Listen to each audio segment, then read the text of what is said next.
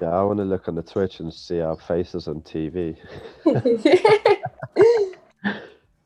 I guess we can double it up now.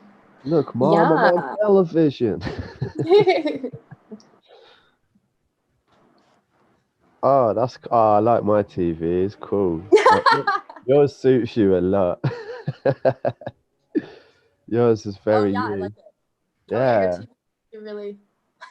Mine literally looks like the one I had at my house when I was like little, playing Mortal Kombat on it. Wow. Sweet. WWE. There you go. Very good. Very cool. Okay, well, welcome to the show. We're just going to wait for a few people to join us before we start chatting and giving away all the secrets. There are many. All Things Dub says, what up, fam? Easy, bruh. Big up, brother. Hell yeah. Good to have you on board. Ashes 33 and a third says, yo, yo, yo, what's up, crackin'? Chino 250's in the house. All Things Dub, love the DDD music. Hell yeah.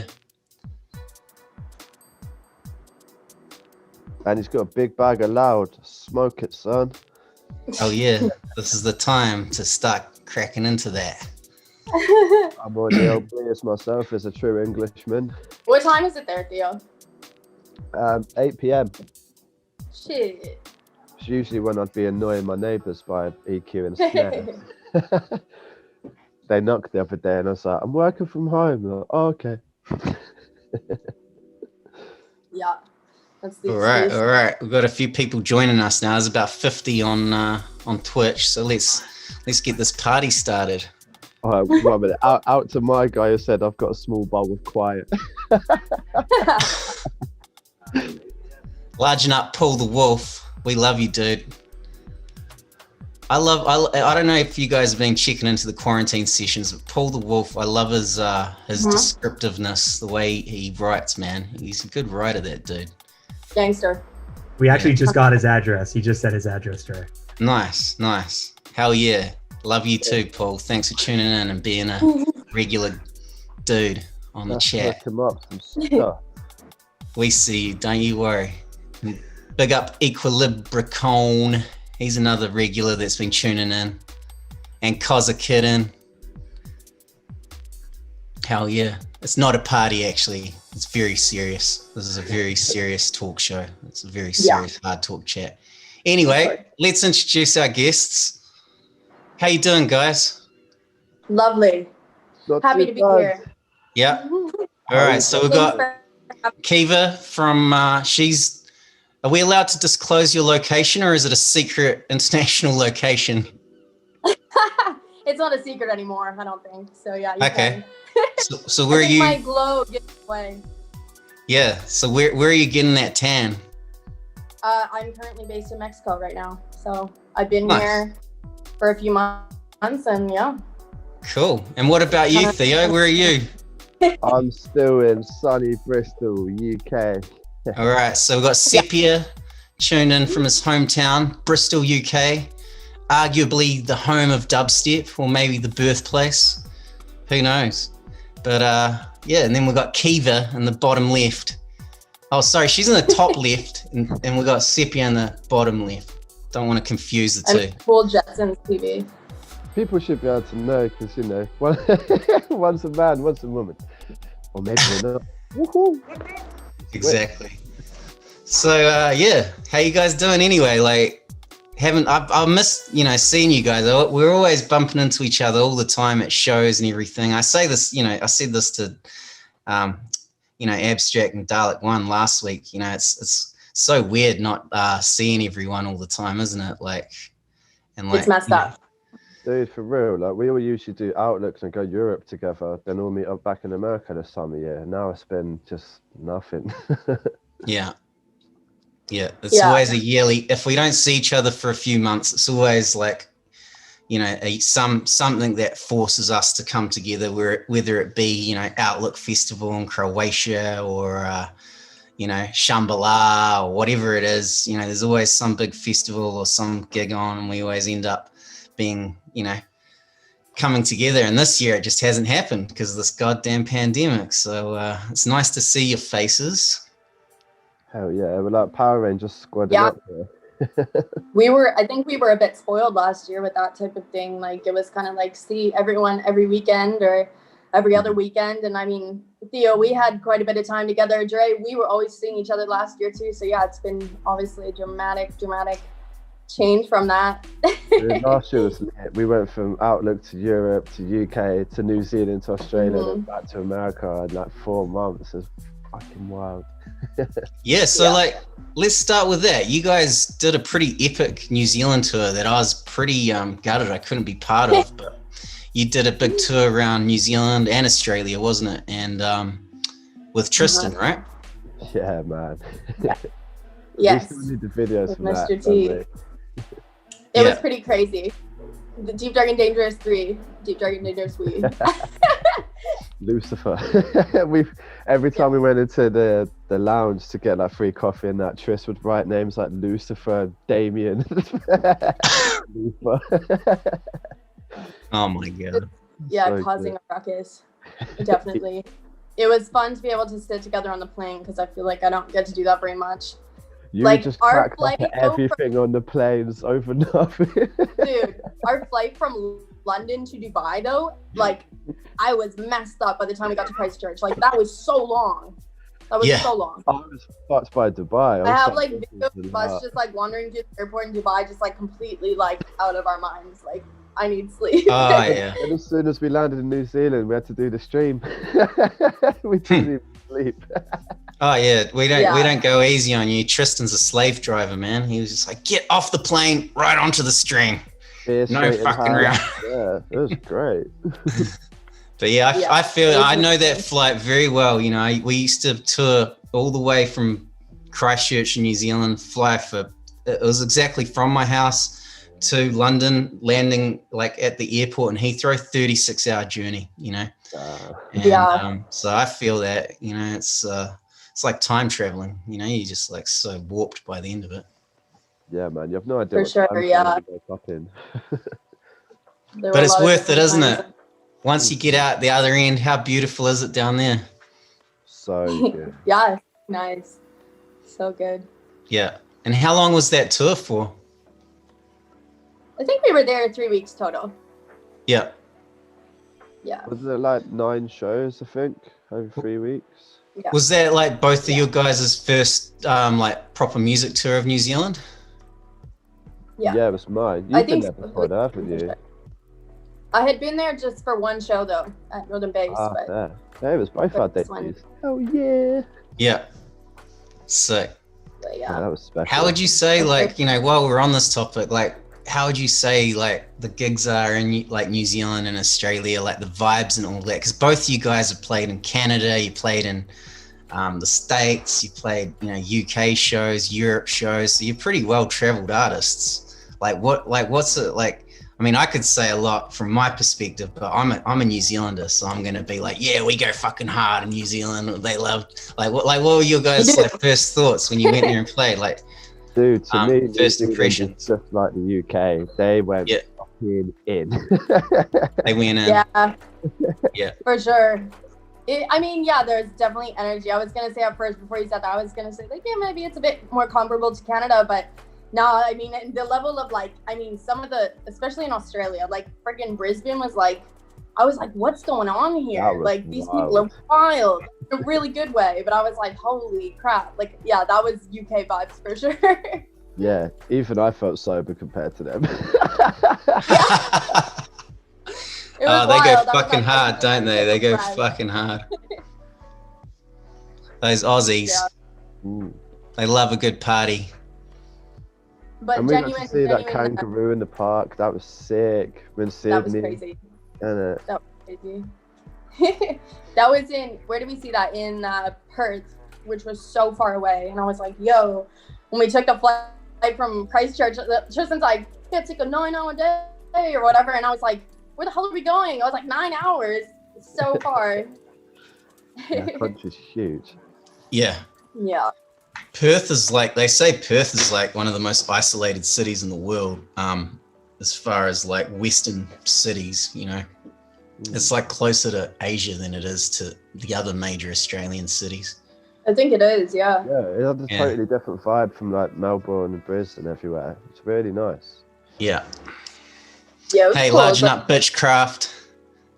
Hell yeah. Hey. Another regular. Large Up Distinct Motive. He's some weird guy that keeps sending us tunes. I don't know who he is. Hey, how's your cause? How's your cause, Phil? He's always on the show though. I don't know why he keeps like sending us messages. Strange guy. I think he like wants to be on the label or something. I think he wants to be part of the label. Maybe we'll give him a chance one day. We'll give him a go. Distinct Motive. I don't know. Very, very. Nah, we love Phil. Deep, Dark and Dangerous is saying, what about the kangaroo? I'm guessing that might be Tristan hidden in that little chat there. We wanted him to go back with us. He wasn't up for it. Classic. Yeah, no, that was crazy. It was a wild kangaroo. And So what, you just saw a wild kangaroo jumping around? In the park in Perth, yeah. It was Yeah. Yeah, they have like this park where they've got kangaroos roaming around, and there's a sign saying like, you know, don't feed them, they can be vicious. But it's this tiny little baby one. It's on my Instagram. It's just fucking cute, man. And like, so like for you guys going to Australia and New Zealand, like, did you think they're like quite similar places, or like, because like a lot of people out here in the States, especially, like they say, oh, I want to go to Australia. It's blah, blah, blah. I'm like, yeah. You're confusing the two, like, you know, they confuse it a lot. Like, would you guys say it's quite different, like vibes, like just in general, or is it like quite similar, just, you know? very different. I mean, I think very different. And I feel like maybe I've already had like a biased opinion of that because of you and Tristan. And then, I mean, I have a lot of Australian friends as well. But yeah, no, it's definitely a different vibe, a different place, different terrain in general, you know? Yeah. I think that once you've been to both, it's like you wouldn't make that comparison ever, I don't think. Yeah. People confuse us too because the accent and that, but they're totally different people and places. They're both really beautiful, but they've got their own little specialities about them. They do, yeah. I always try and say to people, Australia is the one that's got all the crazy creatures and animals and all that will kill you. And New Zealand has none of that shit. We've just got like, you know, the worst thing that can happen is some like bad weather or some shit, you know. Might get beaten up by some rugby players Lakes as well, man. at a country pub. I feel like New Zealand is kind of like Canada in the sense that it feels like just a huge city, like a huge town. It's like town vibes everywhere, even though it's big. Yeah, none of the places feel like a city, do they? It's like, yeah, they feel like little towns. It's beautiful. Yeah. Yeah. Which is cool. Around, you don't have to Uber. You can literally walk around places in New Zealand, which I love. I really like that. Yeah. Yeah, I like that too. Honestly, Yeah, I mean, like I love Canada and the UK because of the similarities that they have to New Zealand. You know, like when I go to Canada, I love like the nature and the laid back people and all that. That reminds me a lot of New Zealand, you know, especially in the West Coast and BC and all that. And then when I go to the UK, just the culture and the like, you know, just like the funny like village vibe that I get from some of the people, it just reminds me of New Zealanders, man. Like I've always felt at home like visiting the UK. It's just like it's because we've got like so much British in our blood from you know, the whole colonization thing. I think the culture wore off pretty strongly on us. We're sorry about that. Yeah, no, 100%. Yeah, but I just feel like, you know, Canada, New Zealand, UK, like there's like this weird kind of Commonwealth kind of, and Australia too. It's like this weird kind of like Commonwealth connection, isn't it? For sure. I mean, it feels, especially on the West Coast, well, on the East Coast as well, like quite British in Canada compared to America, obviously, but I love that vibe. I miss the UK all the time. I love it. Yeah. So, Khiva, Jesse, tell me, like, you've been in Mexico for a few months, just like trying to escape all this stuff that's going down and all that, but you've still been really busy at work. I mean, you've obviously just dropped that new music video. Yeah. That was pretty sick. Like, I was pretty blown away when you hit me up with that. I was like, damn, girl, who filmed that? Like, you know, and you're like, I did it all on my iPhone 7. I was like, Jesus. Yeah. So, yeah, tell us about that. I mean, frig, it was one of those things where, like, I had the idea for the video, like, back in, I guess, February or so. And it was kind of one of those things that with, obviously, everything going on right now, like, wasn't able to work with a team or anything like that. And I just, like, when I got here, I was like, I need to make this no matter what. And I always had this image of with the whole biking thing that I did with it. Like, I always had that vibe that I wanted to incorporate. And then the mask was kind of like a thing that just happened. And I went into a shop and I found that. And it was like the best thing I've ever found, like in like a little corner shop. And I don't know, like, obviously I'm into that sort of thing, but it kind of like created the concept for the video after that. I was going to make it in Canada, but I had gone to try to find an animal suit. That was my original idea, was to do it with an animal suit, and I couldn't find one. So yeah, I ended up with a pumpkin mask. Why do you Canadians like dressing up in those animal suits so much? Like, when I went to Shambhala, everyone's dressed in animal suits. Like, it's fucking... Why do you like animal suits? It's so, like, for me, it's a weird, like... I mean, I'm not super into always dressing up in animal suits, but for the concept of the video, I kind of wanted to, I don't know, I wanted it to be fun and like to like show almost the character doing things, but I didn't necessarily want it to be me in your face. Do you know what I mean? Yeah. So no, I think sorry, carry on. Yeah.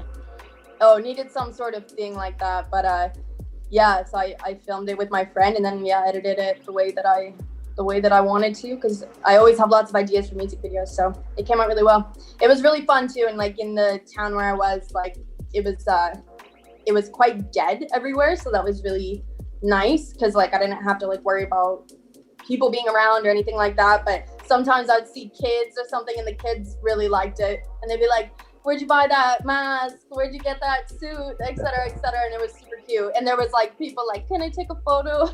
Like little kids. It was super cute. Sorry. I bet you got a lot of weird looks from like, you know, because watching the video, you know, you're running around the streets and doing all this crazy shit. There must have been a few people just thinking, it was this like little white girl running around like in these Mexican streets, like doing all these weird things, and like, you know, you must have attracted a few. Surely you I was wearing like this hoodie, like it was 40 degrees. I was like, holy shit. Yeah.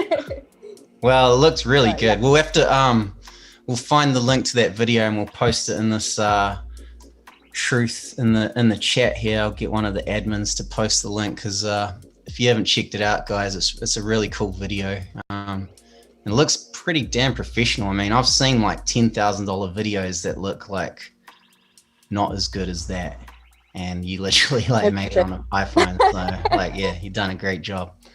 That's dope. Thanks. No, I'm really happy with how it came out. I hope y'all dig it. Yeah.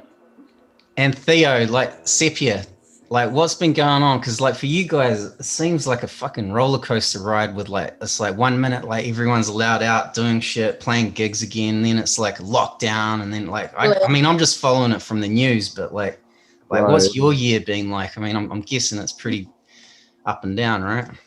It's been a weird year, man. Like, I got back from that mammoth tour of 7 months in January. So then literally just had February in Bristol, then March was lockdown. And then in August, I think it was, we started doing the sit-down raves when things got unlocked. And we had that for about a month and a half, and then we just got shut the hell down again. Yeah. But we had some really good sit-down raves, man. We had one of Croy Dub, like me, Silky, Mr. K, and everyone. That looks sick. Yeah, I was watching the videos, and there was one that you guys were doing. I saw Pokes was there, and like everyone was sitting around these big tables just drinking. Like someone would like stand up when you drop a big tune. The security guards like sit down. Yeah. Dude, I played Goblin one of my first tunes. The promoter was like, please don't. It's like, sorry. Whacked it up, and everyone gets off and like, sit down. Yeah, honestly, even that looked cooler than like, you know, just like, you know, we haven't played any shows really apart from that one. I've done one gig this year, but Was that the You know, hotel? even like Yeah. being able to do that in a restricted kind of environment seemed like still like a bit of fun. You know, you could still get together. And, It feels crazy, but I do rate when it's actually stuck with the guidelines. I do rate those shows because a lot of venues and the scene needs to be kept alive and it needs the support. So one little injection like that can really help. And there's loads of other venues and promoters they're fucked because they've had nothing. So if we can help in any way, and it is in guidelines, and I'm all for it. But only when it's, you know, official and safe. yeah. Yeah. And have you been like how have you been keeping busy? You been in the studio or? On and off, like, Yeah. I obviously finished the album this year, and that kind of took a lot out of me. So there's a couple months I just. Well, that album was sick, by the way. Congratulations on that. I really enjoyed it. It's very deep, musical, soulful album, piece of work, you know. And it's been it's been fucking nominated, right? The UKF. Yeah, it's been nominated on the Duck Block Awards, and UKF named it top 20 of 2020, which I was really surprised about because I've never been posted in UKF before. So that's fucking. Well, congratulations! It deserves it, man. It's great to see, you know. Well deserved. Thank you. These dubstep awards, we all know, like, you know, it's like we're not trying to chase any awards, but I think it's nice when, you know, an artist has put in hard work and gets a little bit of recognition for it. So, you know, it's cool to see, like, even, you know, just a nomination in there is nice. And yeah, it's cool to see Deep, Dark and Dangerous, you know, nominated in every again. category. Yeah, and You've lots of win that streaming one, man, because you guys have been the king of streaming this year. Saved a lot of people from losing the plot. Yeah, well, I think it's saved us from losing the plot too, mate. We kind of did it for our own sanity as well as everyone else's, because we're just sitting here twiddling our thumbs half the time, eh? You know, you can't. There's nothing much to do when everything's closed, is there? You know. No. So. What about you guys though? Have you guys been making much music over this lockdown, or have you been finding it a little bit difficult sometimes? Well, it's been like, you know, it's a creative kind of flow that you kind of have to try and sustain as much as you can, and sometimes that's impossible. But you know, we've been very productive in this lockdown. We've made like 2 albums worth of music. So yeah, we've finished, like, we've got 3 EPs and an album that we basically kind of almost done. So we've been real busy, you know, but even that still feels like, oh man, like, you know, you're not fully fulfilled, you know, like after you've been, like, you know, touring for 10 years straight, and you're used to like kind of making tunes and then being like, I'm gonna test this weekend at the club, see how it goes. And you know, you're not getting that kind of like, we're very, very spoilt and lucky as artists to be able to test our art on people, because, you know, a lot of different people make music or whatever art it is, and they don't get to see the reaction. So we're lucky as, like, you know, living in this day and age, being able to make music and then test it in a live kind of situation. And, you know, we were able to do that in the quarantine sessions, and you can see everybody's feedback, and that's really awesome. But, you know, you got to admit, there's nothing like playing it on a big sound system and testing it and feeling the energy. Bass rattle in your chest. So, you know, things like that we all miss. I'm sure you guys feel exactly the same way. But gigs are going to be coming back soon. And, they will. You know, this is just a time that will pass, hopefully. Well, Chris has got a good run. He's doing a run of shows this weekend, isn't he? Tristan's crushing it. He's one of the lucky few that managed to, because he lives in New Zealand, you know. So it's pretty awesome, man. Like, I'm very happy for him. I'm happy that at least one of us can, like, do it and go off and, like, it's kind of the situation. Yeah, like, we're incredibly lucky in that sense that you know, one of us can at least tour. So that's cool. To be fair, it's probably about time you had a little rest anyway. Yeah, well, to be honest, man, well, we were saying it on the last show, like, when you're as addicted to touring as I am, like, it's pretty much impossible to have a break. And, like, you know, even if someone says, Dre, you really need to, like, slow down on the touring, you're just touring too much, you know, even my health and everything was, like, getting all fucked up from it. And I was like, must keep touring, must keep playing shows, you know, like, you know, turning down lots of shows, but not real, you know, if it's an awesome offer, you got to say yes. And I was getting lots of awesome offers to play like really cool shows and really fun places, and it's like you just get addicted to it after a while every weekend, and then yeah, it's just like Jesus. You've been used to that for so long too. Like I feel like even for myself, like I have not toured even close to as long as you have, but like just my lifestyle has always been quite traveling all the time, so that definitely was difficult for sure. Well, yeah, I mean, look, for you, I feel like even like, you know, I'm lucky because I've been around like touring now for a good, you know, solid decade of touring, and you know, I've built that into my life. It was partly because I had to tour just so I could pay my rent and survive, but also because I love, you know, touring. But you know, for you guys, well, Sepia, you've been around for a bit longer, but you know, Jesse, you've been around as an artist maybe what, 5 years as Khiva, if that. Totally. And you know, you started to blow up, and you know, the first few years are always a bit slow, and then you start getting all these shows, and you know, you started to tour and do all these gigs, and you know, you had some really good sets at Shambhala, and we had that big April tour set up for you. You know, that was going to be a huge Khiva tour for you know, Path of Night and stuff, and then that got cancelled because of the pandemic, and so you just haven't played any shows this year, have you? No, because we intention. I mean, Sahil's our agent.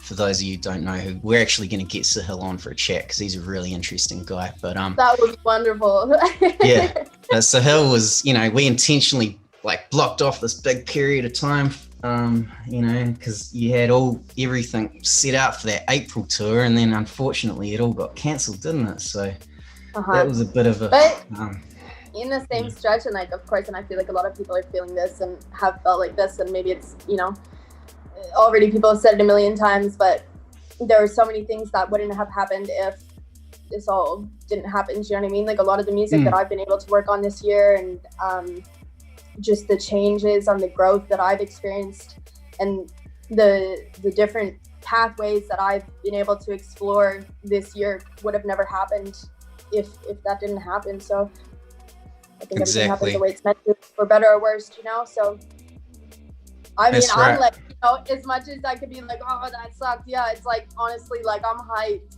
You know, I've never been so hyped on like how everything's going musically. So I feel really blessed regardless.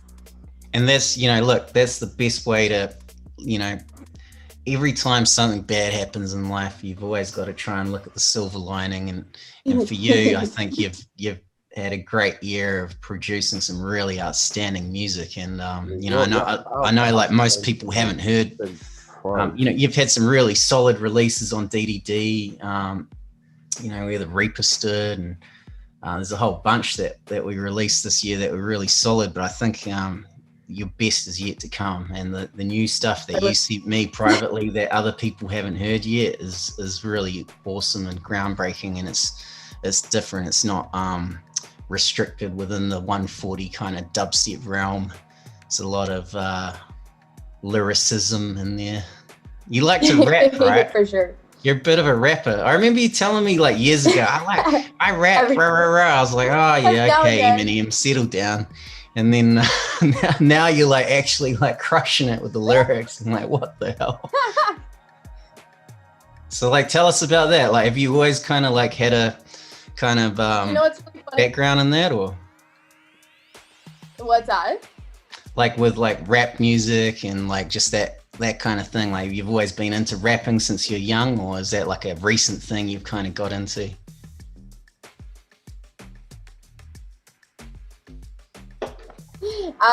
No, yeah, I definitely have been influenced by it, and I think that it all stems from just really being into and loving writing and poetry and I don't know, I've just always been a writer. So I think that those things go hand in hand, especially if you have a lot of things that I guess you want to say. Yeah. I mean, I love hearing the contrast, and you're like, you know, because you got the deeper, darker stuff that obviously, you know, a lot of that stuff is the stuff we like to release on the label, but then you've got stuff that sounds like just like it's still Khiva, but it's like just a different version, you know. And I think like as an artist, it's cool to have the different kind of, the flip side too. You've had like whatever comes out, right? Jesse. Every tune has just progressed into like a whole other realm. I'm like, whoa, fucking hell, what have you been doing here? And then when you see the next batch, they're even more progressed. It's like there's no limit to your sound. It keeps going in different directions, and that's fucking insane. Yeah. Both of you are very talented. Well, likewise. Well, yeah, no, I mean, hey, birds of a feather. But like I was saying, I feel like this year, like for a lot of people too, like not just myself, like there's just been so much time to explore everything else as well. So I think that, and to, it's like, I feel like I'm constantly in a state of introspection, that sort of thing. But like we were saying before, like last year, it was so busy. And I feel like regardless of how much you try to be continuously tuning in, you just genuinely don't have the time. You go home for 4 days, try to catch your breath, and it catches up to you, So like really it's a blessing to be able to have a break. And I mean, if you liken it to people who spend like years on an album or something like that, and they're just like plunking away at it, really like digging deep into that, like that is such a blessing, like, and not just for your music, but yourself. Yeah, it's definitely been a blessing to have more time to just like focus on projects and kind of let them roll out instead of like, having to chip away at it in between shows and, squeeze it out. So. And actually being able to meet deadlines has been a great finish here. So holy shit, I've got the mix down in on the day. Yes. But every other release I've ever had has been delayed because I'm really slack at mix. Yeah. I resonate with that. I'm like, I'd start doing the mix. I'm like, I can make a new tune. And the label's like, yo, where's the mix down? I'm like, sorry, man, I've just made a whole other EP. Yeah. Well, that's lit though. I mean, you guys are both like, you pump out a lot of music as far as like producers go. Like Theo, you released a bunch of stuff this year, man. Everything was dope. Like lots of Bandcamp days and. Yeah, there's been a release every month for Bandcamp Day. It's been a massive help. Big up to everyone who's bought it as well. You've literally helped me have a roof over my head all year. I love all the tunes that you've been putting. Like I'm always in there secretly, like I'm always in there getting all your beats. Dude, I can't wait to finish our one. Little secret here. Jesse's actually vocaled one of my hip hop ones, and yeah, I'm gonna do something with that, definitely. Yeah, low key. Oh, we can hear another call. Where is it coming from? I don't know. Will, isn't it? That's Will. Is he calling Verizon? I want faster internet. Yeah, I think it's Will. I'm not sure that's possible. I've been muted. That's weird. Sorry, guys. No worries. We can hear your call. I think there's two resonates online. Anyway, so Theo. Yo. Tell me, what's next in the works for you, bro? Like, have you got like a certain project you're working on, or are you just kind of like coming up with new stuff, seeing where it goes? There's quite a lot. I've been producing a lot of hip hop and drill beats, and I've started a little project, just some MCs in Bristol. Frog Gang. Put out. Yeah, I know we got a different one. We got a proper one now. But yeah, awesome. There'll be some new Frog Gang. But now I hooked up with these two wicked artists from Bristol called Who Knew and Bon Sui. They're known as Black Light, and we've done a drill tune, which is sick. Did some hip hop. You've done a drill tune. Yeah, man. Look, I've kind of hit like, I know about grime music and UK hip hop and shit, but like drill, right? That's like the new kind of like super kind of nasty gangster shit, right? Or am I getting it wrong? Right, that's a misconception. Some of it is really gangster and nasty, but some is really nice. So there's a guy called Nux, and his is all just about empowering youths and like getting rid of 900, whereas some are literally like bitches, money and ops. But a lot of it is like that. But the stuff we're doing is more on the soulful side, because I'm not producing no fucking gangster shit. You know, it's gonna Well, no, be I got nothing against the gangster shit. I'm just trying to like, cause I'm just trying to figure out like what exactly is the difference between like some like real like nasty grime and versus like some like drill. Yeah. Like what are the kids like? How do they differentiate the two? The Just kind for of people like me that don't understand. The differentiation's mainly the beats above the Yeah. lyrical content. Like in drill, you've got the kind of dancey hi hats and the bass is like like old Yeah. garage, but a little bit faster than grime. And a lot of the lyrics. It's kind of more entry as well, right? Yeah, Like More of a with the garage perk and beat. yeah, like kind of speed garage, but over grime. It's a weird height. The beats are hard though. Really, get instrumentals and play them in a club. Me and Jesse played a few. We played that Ocean Wisdom one, innit? We fucking rinsing that on. We were all over the map. Yeah. Sure. But yeah, and then I was speaking to Triss the other day, and the wheels are in motion for the DDD album. So the first album of mine was obviously really deep, but my album for DDD is just straight up fucking club shit. And yeah, A drill album. Did you make us a drill album? yeah, Deep, dark, and drill. oh, drill, dark and dangerous. Yeah. Me and Jesse would vocal the whole thing. We'll try and get on a feature. That would be obnoxious, I reckon. It would be fucking jokes. But no, yeah, doing my DDD album. I'm a few tracks deep in it at the moment, and on a completely different style of dubstep from my usual. So it's gonna inspire some people. Sick. Yeah, Hell yeah. I need to send you a couple tracks actually. I'll do that after this session. Please. But yeah, there's some naughty ones on there. That's really exciting. Cool. Good shit. You'll have to send me too. I want to hear 100%. whenever it's free. Oh, definitely. I need to send you guys some new dubs anyway, because now I can't test them out. I need to give them to you two to be my ears. Yeah. So we've got a few questions from some of our viewers. I'm just gonna open these up. I'm gonna fire off a few questions to you guys because people are interested to know some details. Let me just find this here.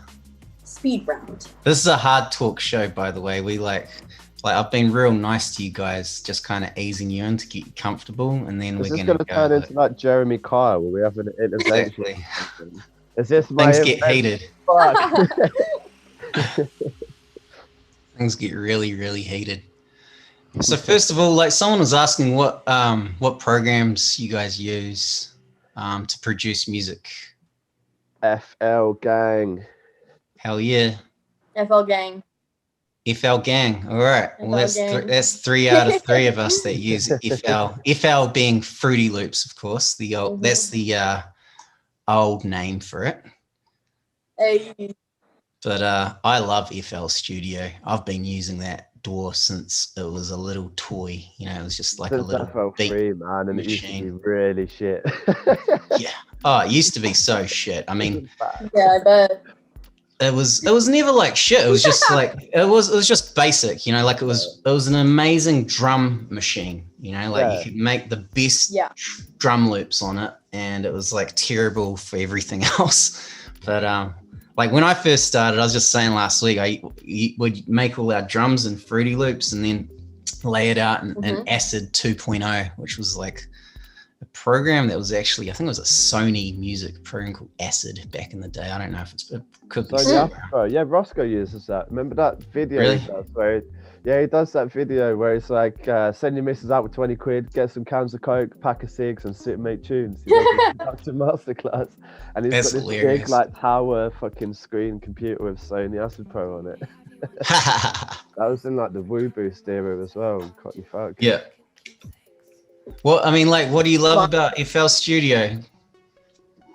Oh man, everything. It's just really. I feel like everything about it. Like you I'm the same. It's like never made it before. Yeah. I mean, honestly, I always feel like I- for me, it's just like such a fast way from like getting like an idea in my brain, like out, like it's just like totally. it's a process. Like it allows you to like get that idea out really quick. So that's why I stuck to it. You know, it got a For lot sure. of a lot of people over the years, you know, like I remember like back in the day, like a lot of my like friends would be like, why don't you use Logic? Fruity Loops is not a proper program, it's a toy. And People still say you that. know, or like, and then like when Ableton came about, people were like, Ableton, Fruity Loops, not serious. It's like, well, if it's not serious, then what about all this amazing music made on it by all these amazing artists, you know? I think like That's the thing. It's like some freaking like a lot of huge hits are made on FL Studio, and it doesn't matter at the end of the day, whatever you use, whatever you Huge resonate hits. with the most, you know? and we're not just talking like underground not saying that it dubstep has to be music. a huge hit, but Yeah, like big top 40 pop hits and shit are made on it. So, you know, it's Dude, every single track producer uses FL. All of Migos beats are made on FL. Murder beats Yeah. uses FL. Like, look at Screamer Benga. They made their first tunes on a PlayStation, on Music 2000, and those tunes were on Big Apple Records. You don't need a massive door. You just need totally. you need ears and imagination, innit? exactly, Yeah. man. But, you know, For look, sure. the technology's just got so good in the past few years. I feel like, you know, all the different programs took different bits from each other, and they've all kind of got like it's really good now. You know, it doesn't matter which one you use. It never did matter. The result was what mattered. But I think, you know, it's pretty.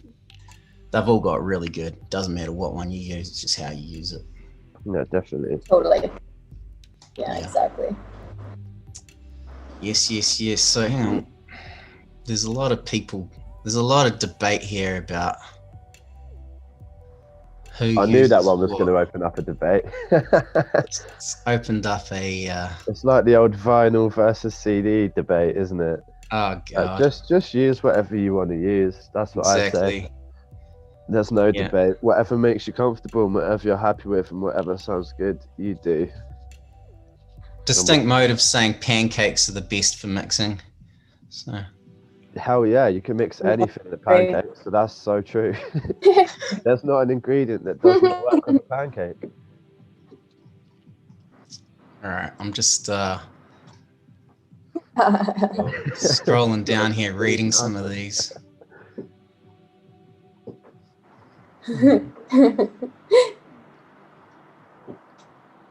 Jesus. Okay. Anyway. Yeah, Theo's lasagna. Oh yes, Theo's lasagna.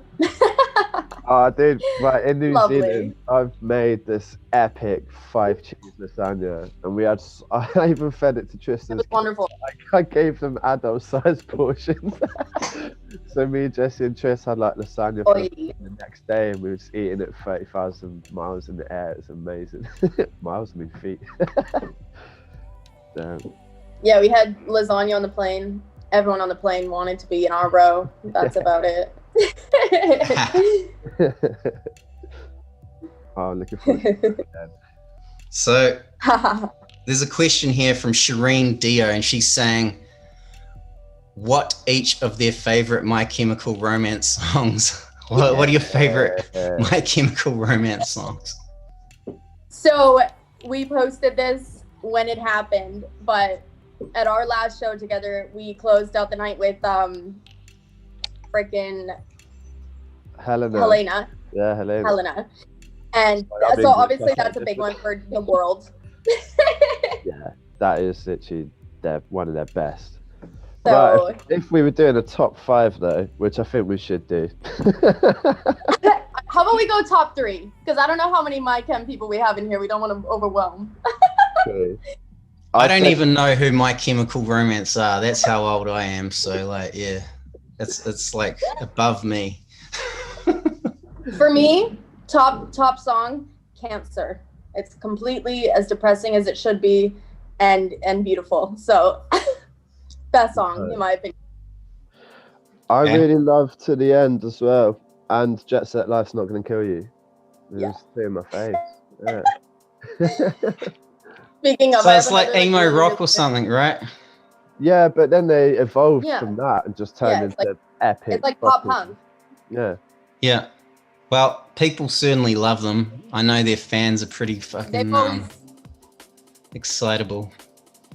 Me and Jesse were gonna see them at their reunion show, but we played the Minneapolis show. We had prior commitments. We literally had the tickets as well. Yeah, right. And then I had tickets for 3 of their shows this year, 2 in England, 1 in Italy, and COVID happened. So wait until next year. Wow. So you guys are not joking around. You're actually like serious fans We're of not this fucking around. Nike. I've got 2 tickets for the LA show, but it obviously didn't happen. But then you were gonna come with me, Theo. Yeah, and I was thinking, shit, that's 4 tickets out. Wow. Well, that's pretty cool. I mean, I just I just haven't been exposed to enough of them. Maybe I'd like it if I heard it. We'll definitely, next time we're on tour, we'll play it in the whip. I'm sure you would. Well, it was funny because like remember before we got to New Zealand, we're like, I can't wait to freaking like rinse Tristan with all of our shit, and we were like rolling from wherever we were north of Sydney to Sydney, just like what were we playing? It was really heavy, and it was really funny. I was playing some proper metal and pig squid in the car, and yeah, it was really. Oh, we had Whitechapel on. We were playing Whitechapel. Oh yeah. That day we were playing Screaming Alexis on Fire as well on somewhere when we was with Josh driving. Oh, that was good. It's when we classic. got pulled over and Josh got to talk to the cops. For speeding. So, next question. Enough My Chemical Romance. Yeah, let's move on.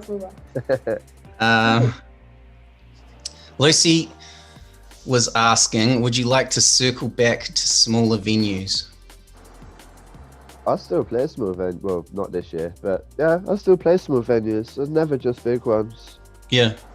Yeah, I feel like we all kind of have like quite a good balance of bigger and smaller ones. I think that each has its benefits. I mean, you always have that really high energy vibe, or like it's often a high energy vibe in a smaller venue, so it's amazing like that. But I also do love a freaking huge, dope production, you know, and like all that stuff. Yeah. So it's pretty lucky that we kind of get to do the best of both, or have been able to. Totally. I think there's always a time for intimate shows, and whether that means that you're somewhere and, you know, it's maybe kind of more like a, I don't know, live thing or whatever. I think that those types of shows are really important. Yeah, I mean, like it goes with the music, doesn't it? Like I think everyone on the label appreciates a nice kind of intimate show with a big sound system. You know, some of the best shows we've ever played are like smaller ones, you know, dark rooms. You know, it's how like a lot of that's how we started.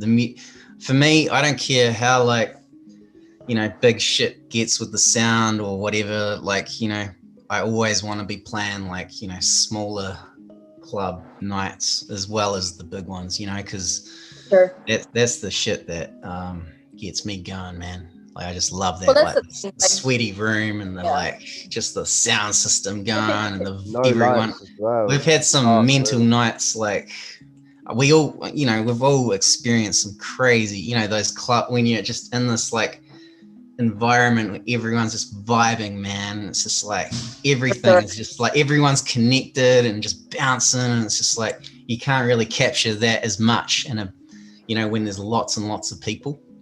Totally. You kind of need like probably like under 400 people, I reckon, or like under 500 for that like like energy ball feeling. I don't know, mate. Like I just feel like when I'm DJing in a club and it's kind of like that packed crowd in a small room and the sound's right and everyone's tuned in, like everyone's like responding to the music. It's like nothing beats that. Like it's just such a cool feeling.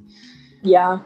You know, everybody's together, just like letting loose, having a good time. And I miss that, you know, like I miss that aspect of the live stream thing. So totally. I think that is the main thing, of course, is the connection. Cause like it's not really fun when, I mean, it's still fun, but you know, if you go somewhere and you're up high and you can't see anyone and you feel just so disconnected, it is not the same thing at all. Oh, I hate being up high, like in a DJ booth. They like put you up in this like in this booth way up there, and the crowd's down there. I'd much rather be like kind of like, you know, I like it when like people are like reaching up and like trying to like. Yeah.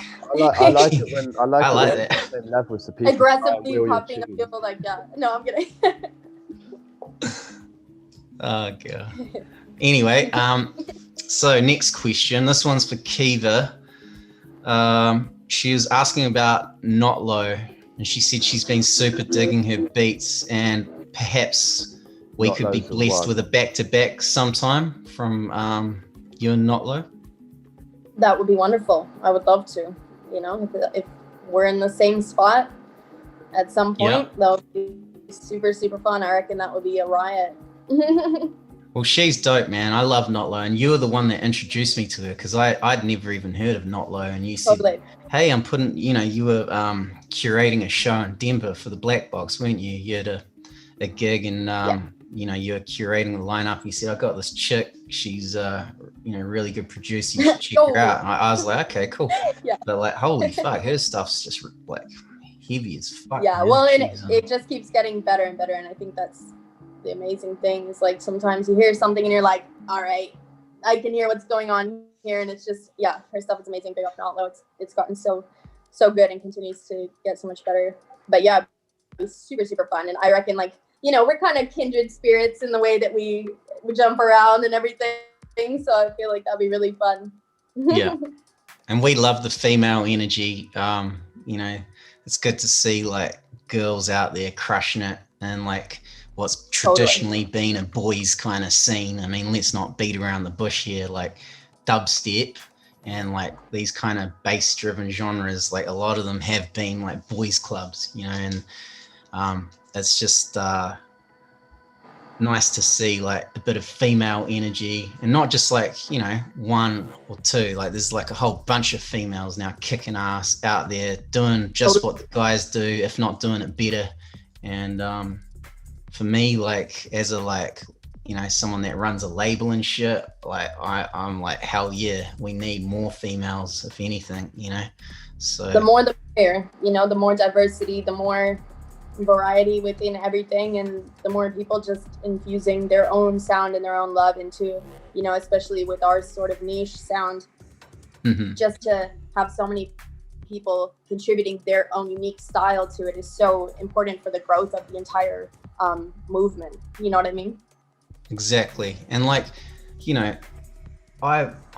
when I say like we need more girls, not girls just for the sake of having more girls, we need more girls because there's some really fucking dope producers out there that aren't getting the recognition they should because they are girls perhaps, and like, people give like a lot of female DJs a hard time, I've found over the years, even yourself, I've people have said, oh, does she make her own beats or does someone else make them for her? Or like, girls get a hard time because, it's a sexist kind of patriarchal world out there, isn't it? And people just assume like, oh yeah, she's getting gigs because of this, and like, unfortunately there has been a lot of like cheesy kind of situations where like they hire like some pretty like model girl who just stands there kind of in a bikini top who's never even mixed in her life, and they just hit play and they're like at the club in Ibiza going yeah, and like a lot of real heads see that and they're like, fuck, that's bullshit, like that's not fair, she's a chick getting a gig just because she's pretty and all that. But unfortunately that's kind of rubbed off, and even the girls that are crushing it, there's some skeptical guys out there saying, oh, how's she doing this well and all that jazz. And I just think it's great now to see like more and more females getting into the scene, and not just because of how they look, but because of like how sick their production is, and it's equally dope to all the guys stuff, if not better, so more female energy. We need it. The scene's needed it forever. I mean, I remember 10 years ago thinking the same thing in New Zealand, in the drum and bass scene. It was just half the time it was like a bloody sausage sizzle, and I'm sure Theo, you could say the same thing about the UK and some of the shows in the UK they've played, and it's just a bunch of dudes in a room, oi oi oi oi oi. That's a fun night. But like, I think things have evolved, and it's cool to see like lots of females turning up to the shows now, and getting into the music, and lots of female producers and DJs. And I It's find it just, weird how it it's even got to changing. that place. So, like, because if you look at the UK scene, for instance, look at Metalheads. That was started by Chemistry and Storm, two of the baddest females that have ever existed. So, how there was such a shift from females being at the forefront to then all of a sudden it being male dominated and sexism happening. I don't know why the fuck that happened when literally so many of the four figures were headed by females and they paved the way for a lot of us. But now it's gotten to a point where it's equal again, and it's amazing.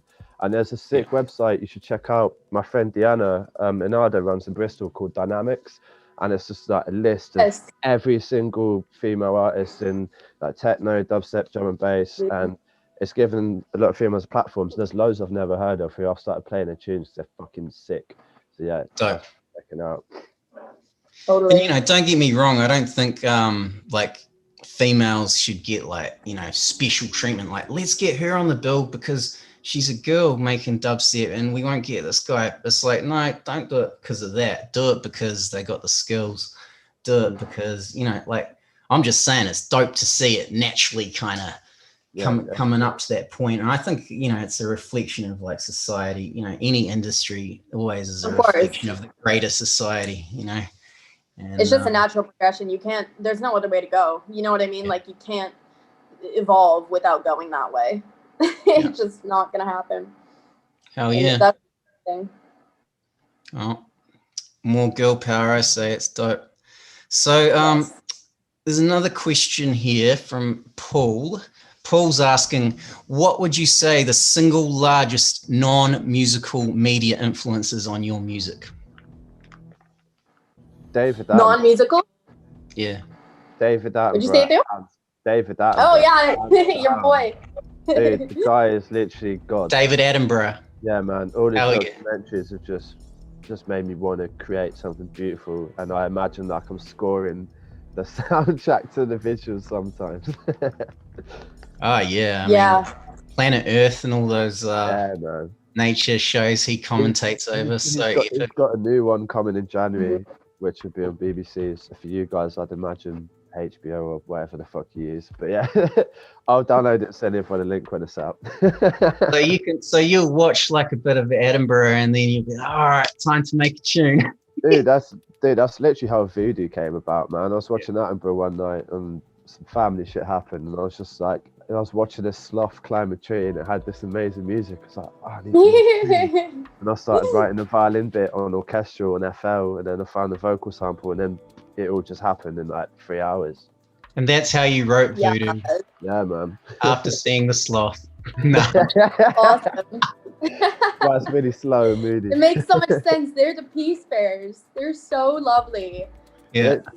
It's peaceful. What about you, Jesse? Like, what kind of outside of music influences kind of influence your music?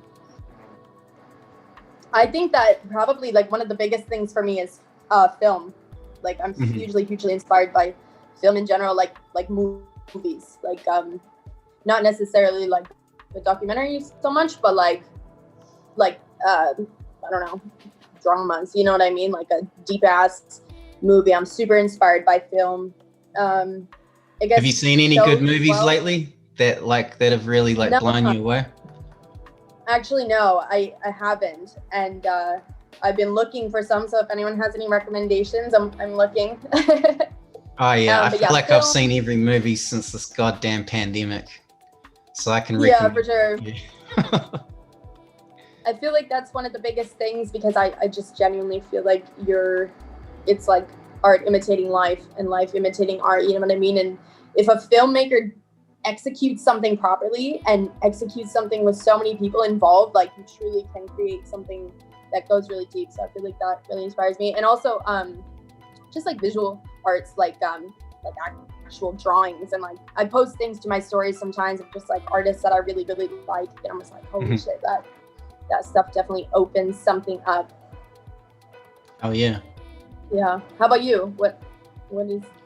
Yeah, I mean, look, for me, it's kind of similar in a way. Like, you know, I'm obviously, everything can affect us and influence our music. And, you know, you could be feeling sad, you go sit in the studio, make a sad tune, or you're excited, you make some, you know. But, you know, I get excited as well watching kind of movies and, you know, stuff, film and television shows that have like, you know, take you to another world and create like a suspended reality. And for me, like watching stuff like, that's why I love like sci-fi and space movies and stuff about aliens, because I like the escapism of it and like kind of getting carried away from this reality into another. So if I watch like a cool like sci-fi thing, then I usually get pretty excited, and like the next morning I'll be in the studio like trying to like make like sci-fi music, and then it turns into a dubstep tune every time. Yeah, totally. Yeah. You're really good at making like concept music as well. Do you interest? I've done like quite a few tunes which have like a concept behind them. Like, how the hell do you get inspiration for that? Because I've always wanted to do it, but don't. It needs to kind of just happen. But you guys nail it. Yeah, I mean, like for us, like we've always like been super interested in like film and movies and getting like our music like into that. That's like a big goal for us in the future, to be more involved in film and television with our music, of course. You know, for me, it's very exciting. You know, once you've like made a piece of music that you're happy with, you know, if you then lay that over like really cool film that someone's made, or like, you know, some really cool visuals that can really like lift the whole thing and turn it into a completely different, you know, outcome. And that, so I get super excited about like music videos and hearing music on like TV shows, and you know, like that's a big goal, you know, just to get more involved in movies and stuff like that. And you know, our latest release, Neptune, is kind of inspired by the whole like sci-fi thing. And you know, we've got a couple of tracks in there that aren't really dubstep tunes at all. They're just like you know, they could be on a sci-fi movie, you know, or whatever, just because of the vibe. So yeah, it's I think like it's, for us, it's just been like a goal thing, as well as like we're super keen to get involved in that kind of that area. So we've been like making music like that, but also because that's kind of what influenced the whole Truth sound, like just like weird, like we like sampled a lot of old horror movies and like sci-fi movies from the 50s and shit. Like I remember you know, back in New Zealand when I was with Tristan, like the amount of times we'd like sample like old records and old sci-fi movies, and just end up watching the movie, or just like we're just like, we'd be sampling, watching the whole thing, predicting samples. Oh shit. And like that's kind of what always influenced our sound anyway. If you listen to a lot of our old songs, like they've got like samples that we took from like old expired movies and stuff that no longer have copyright, you know what I mean? Like it's like, shit, you can sample these movies now because they haven't got copyright on them after 50 years, you know. So there are tons. Yeah. That's good. But someone was asking, Alexander was saying, what helps you guys like get into the mood for writing music? I feel like, I mean, for me, it's kind of like one or the other. It's either like, boom, I'm in the zone already, and that's why I'm gonna like sit here right now and like plunk something out, you know what I mean? And I'll be like super, super on it. And the other times it's like, okay, I'm gonna sit here until I am in the zone. You know what I mean? Like I can do, maybe I listen to things I like first. I mean, I'm constantly listening to things that I like and watching things that I like, just having like a steady stream of the things that inspire me. So I think that's probably the main thing, other than, you know, having just like, sometimes you're just like, boom, it's here. But yeah, just having a constant stream of the things that inspire me around me is really, really important, I find, just to like have that always in your face. And is there anything like you would do, like say, like for example, if you like sat in the studio and you're like, I'm feeling really flat right now, I'm not feeling like this creative kind of motivation, like is there anything that you can do to kind of like conjure that up, or do you just kind of go about different tasks like that in that session? I think it depends. I think it depends on like how much that is, like how severe it is at that time. Like if you're really, really uninspired at that time, you know, don't try to force anything. I think it's very important, because I feel like I used to have a huge tendency to do that in the past, not so much anymore, which is great because you just spend so much time wasted then, I think, when you really should be just doing something else and giving yourself a break and allow something to come in, you know. Sometimes, like, for example, even with lyrics, I find this happens. It's like I'll write all the lyrics to a song in like one go.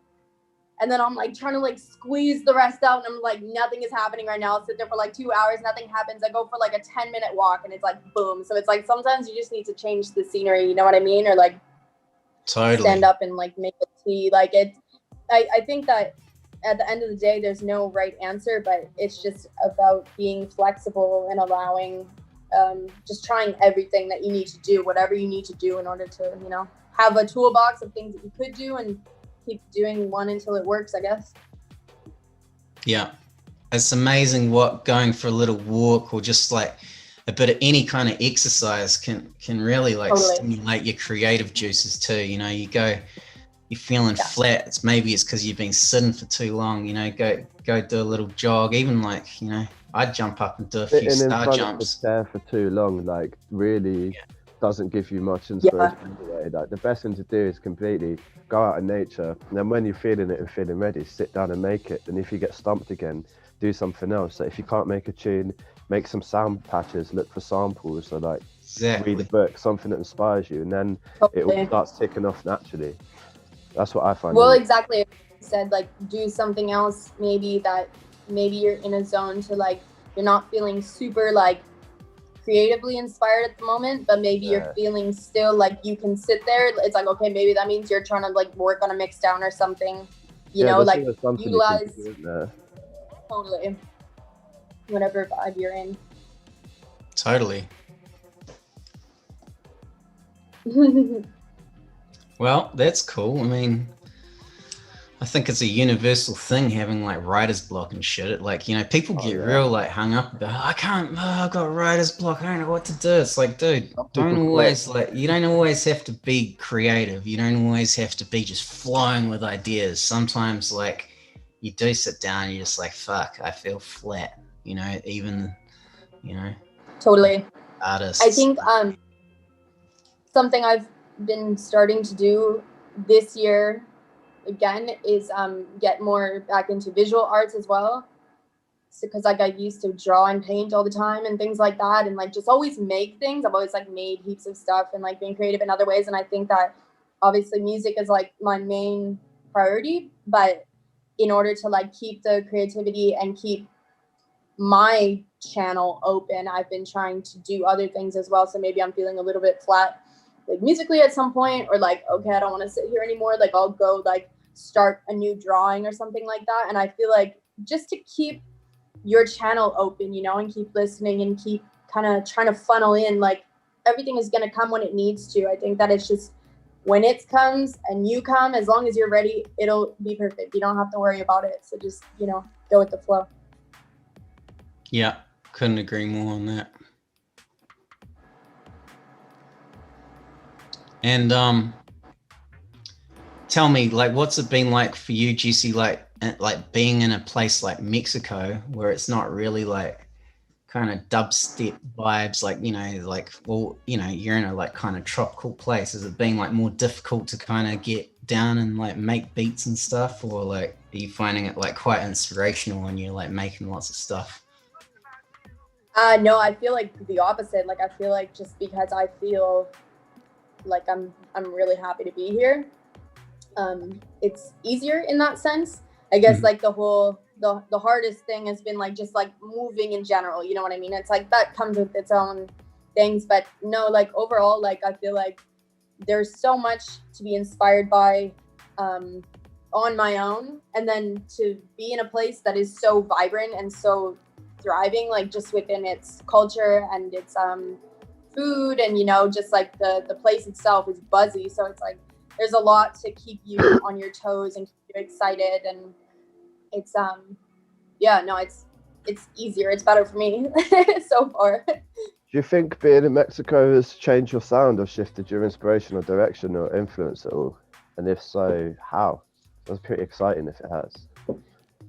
Yeah, no, I feel like I already kind of like had, I feel like if anything, it's just allowed me to tap into the directions that I was already going, if that makes sense. Yeah.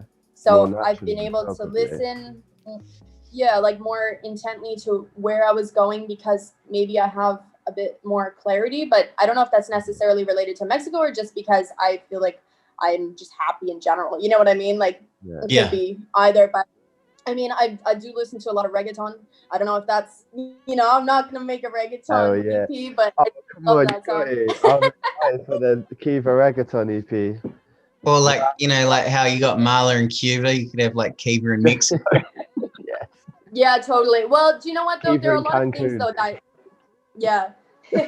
a lot of things that you do hear and see though that that do inspire me to create different things. But I think it's also like, you always want to do so much, you know. It's like I'll have all these projects on the go, and then I'll walk down the street and I'm like, oh man, like, and I'll just see like maybe a restaurant or something, and I'm like, I want to make a tune that sounds like that restaurant, but maybe it's not something I need to do, but maybe it's a hobby kind of thing.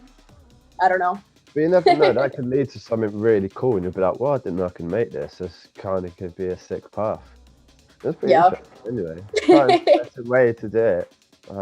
I'm kind of excited now. Send me any you make like that. If you for sure. We'll make a tune. Send me that tune so I can taste the taco. Okay. Hey, so Theo, tell me, I've been hearing like, despite like, you know, obviously the pandemic's been crushing the whole live scene and all that with dubstep and what's going on in the UK, but like, I heard there's been like quite a huge kind of second wind or third wind or whatever you call it, but dubstep right now is kind of like amongst the young blood and the kids out in the UK, like it's become a very popular kind of thing again. Is that like, am I hearing the right thing, or is that just? No, definitely, because for a while, like obviously when myself and others started coming to America is when we weren't really getting bookings over here. It's mainly just D&B people and house, you know. And then the last 2 years, it's done another fucking upmarket. Everyone's back on it. There's loads of really young and interesting producers, and it's gone a different direction. It goes many different directions now. It's not all just triplets and trappy bits. There's some real dark shit which sounds like old Osiris music. There's some, like, got Fearless Dread who literally sound like fucking old DMZ but in a new twist, which is really nice. And Chokes is on some mad shit. It's just constantly progressing as well. It's in a really good place at the moment. Really great. I mean, I've certainly noticed a whole bunch of new blood coming out of the UK. Like a lot of like really dope new artists that like just didn't exist a couple of years ago, or at least they weren't on my radar at least. Not even mine, And like now it's all these new names. I mean, even looking at those like those nominations at that Dubstep Forum Awards, like just the amount of new names listed and artists that I didn't even recognize. I thought I was pretty kind of down with like what was going on, but man, there's a whole bunch of new names on there, and like for me that's very exciting because it's like, wow, there's it's not just the same guys doing it. There's lots of new blood, and you know that's extremely important for any music scene. I mean, you need the new blood coming through. It can't just be like a bunch of you know, the same people every time doing the same shit. You know, it's really important to keep recycling new talent coming in, all kinds of, you know, fresh perspectives and diverse backgrounds and people from different countries. Like we're seeing like a lot of good music coming out of places like Russia and, you know, places like Japan. You know, Leo Cap from Russia has blown my mind with his production. Nice, I'll check him out. I haven't heard him. I don't know if you're familiar with him, but he's I think he's signed to like Metalheads and a bunch of D&B labels. We just signed him on DDD. He's called Leo Cap. I think his drum and bass alias is Black Barrel. But yeah, he's crushing it. He's out in Russia.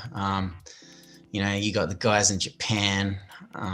You know, Day Zero, City One, obviously Goth Thread's an old legend. But you know, talking about the new blood, there's just so, you know, guys all around the world popping up, Canada, New Zealand, you name it, UK. So it's truly a worldwide thing. It's not just you know, like a couple of places kind of pumping it out. There's new blood coming out all directions, and it's exciting, man. And I think like when it finally does come back, it's gonna be big and strong, the whole dubstep movement. I don't even like calling it dubstep. I don't know what you call it, but whatever we're doing and whatever this music scene we're part of is, it's very healthy and very strong. There's a lot of positive people working together, collaborating, creating this thing.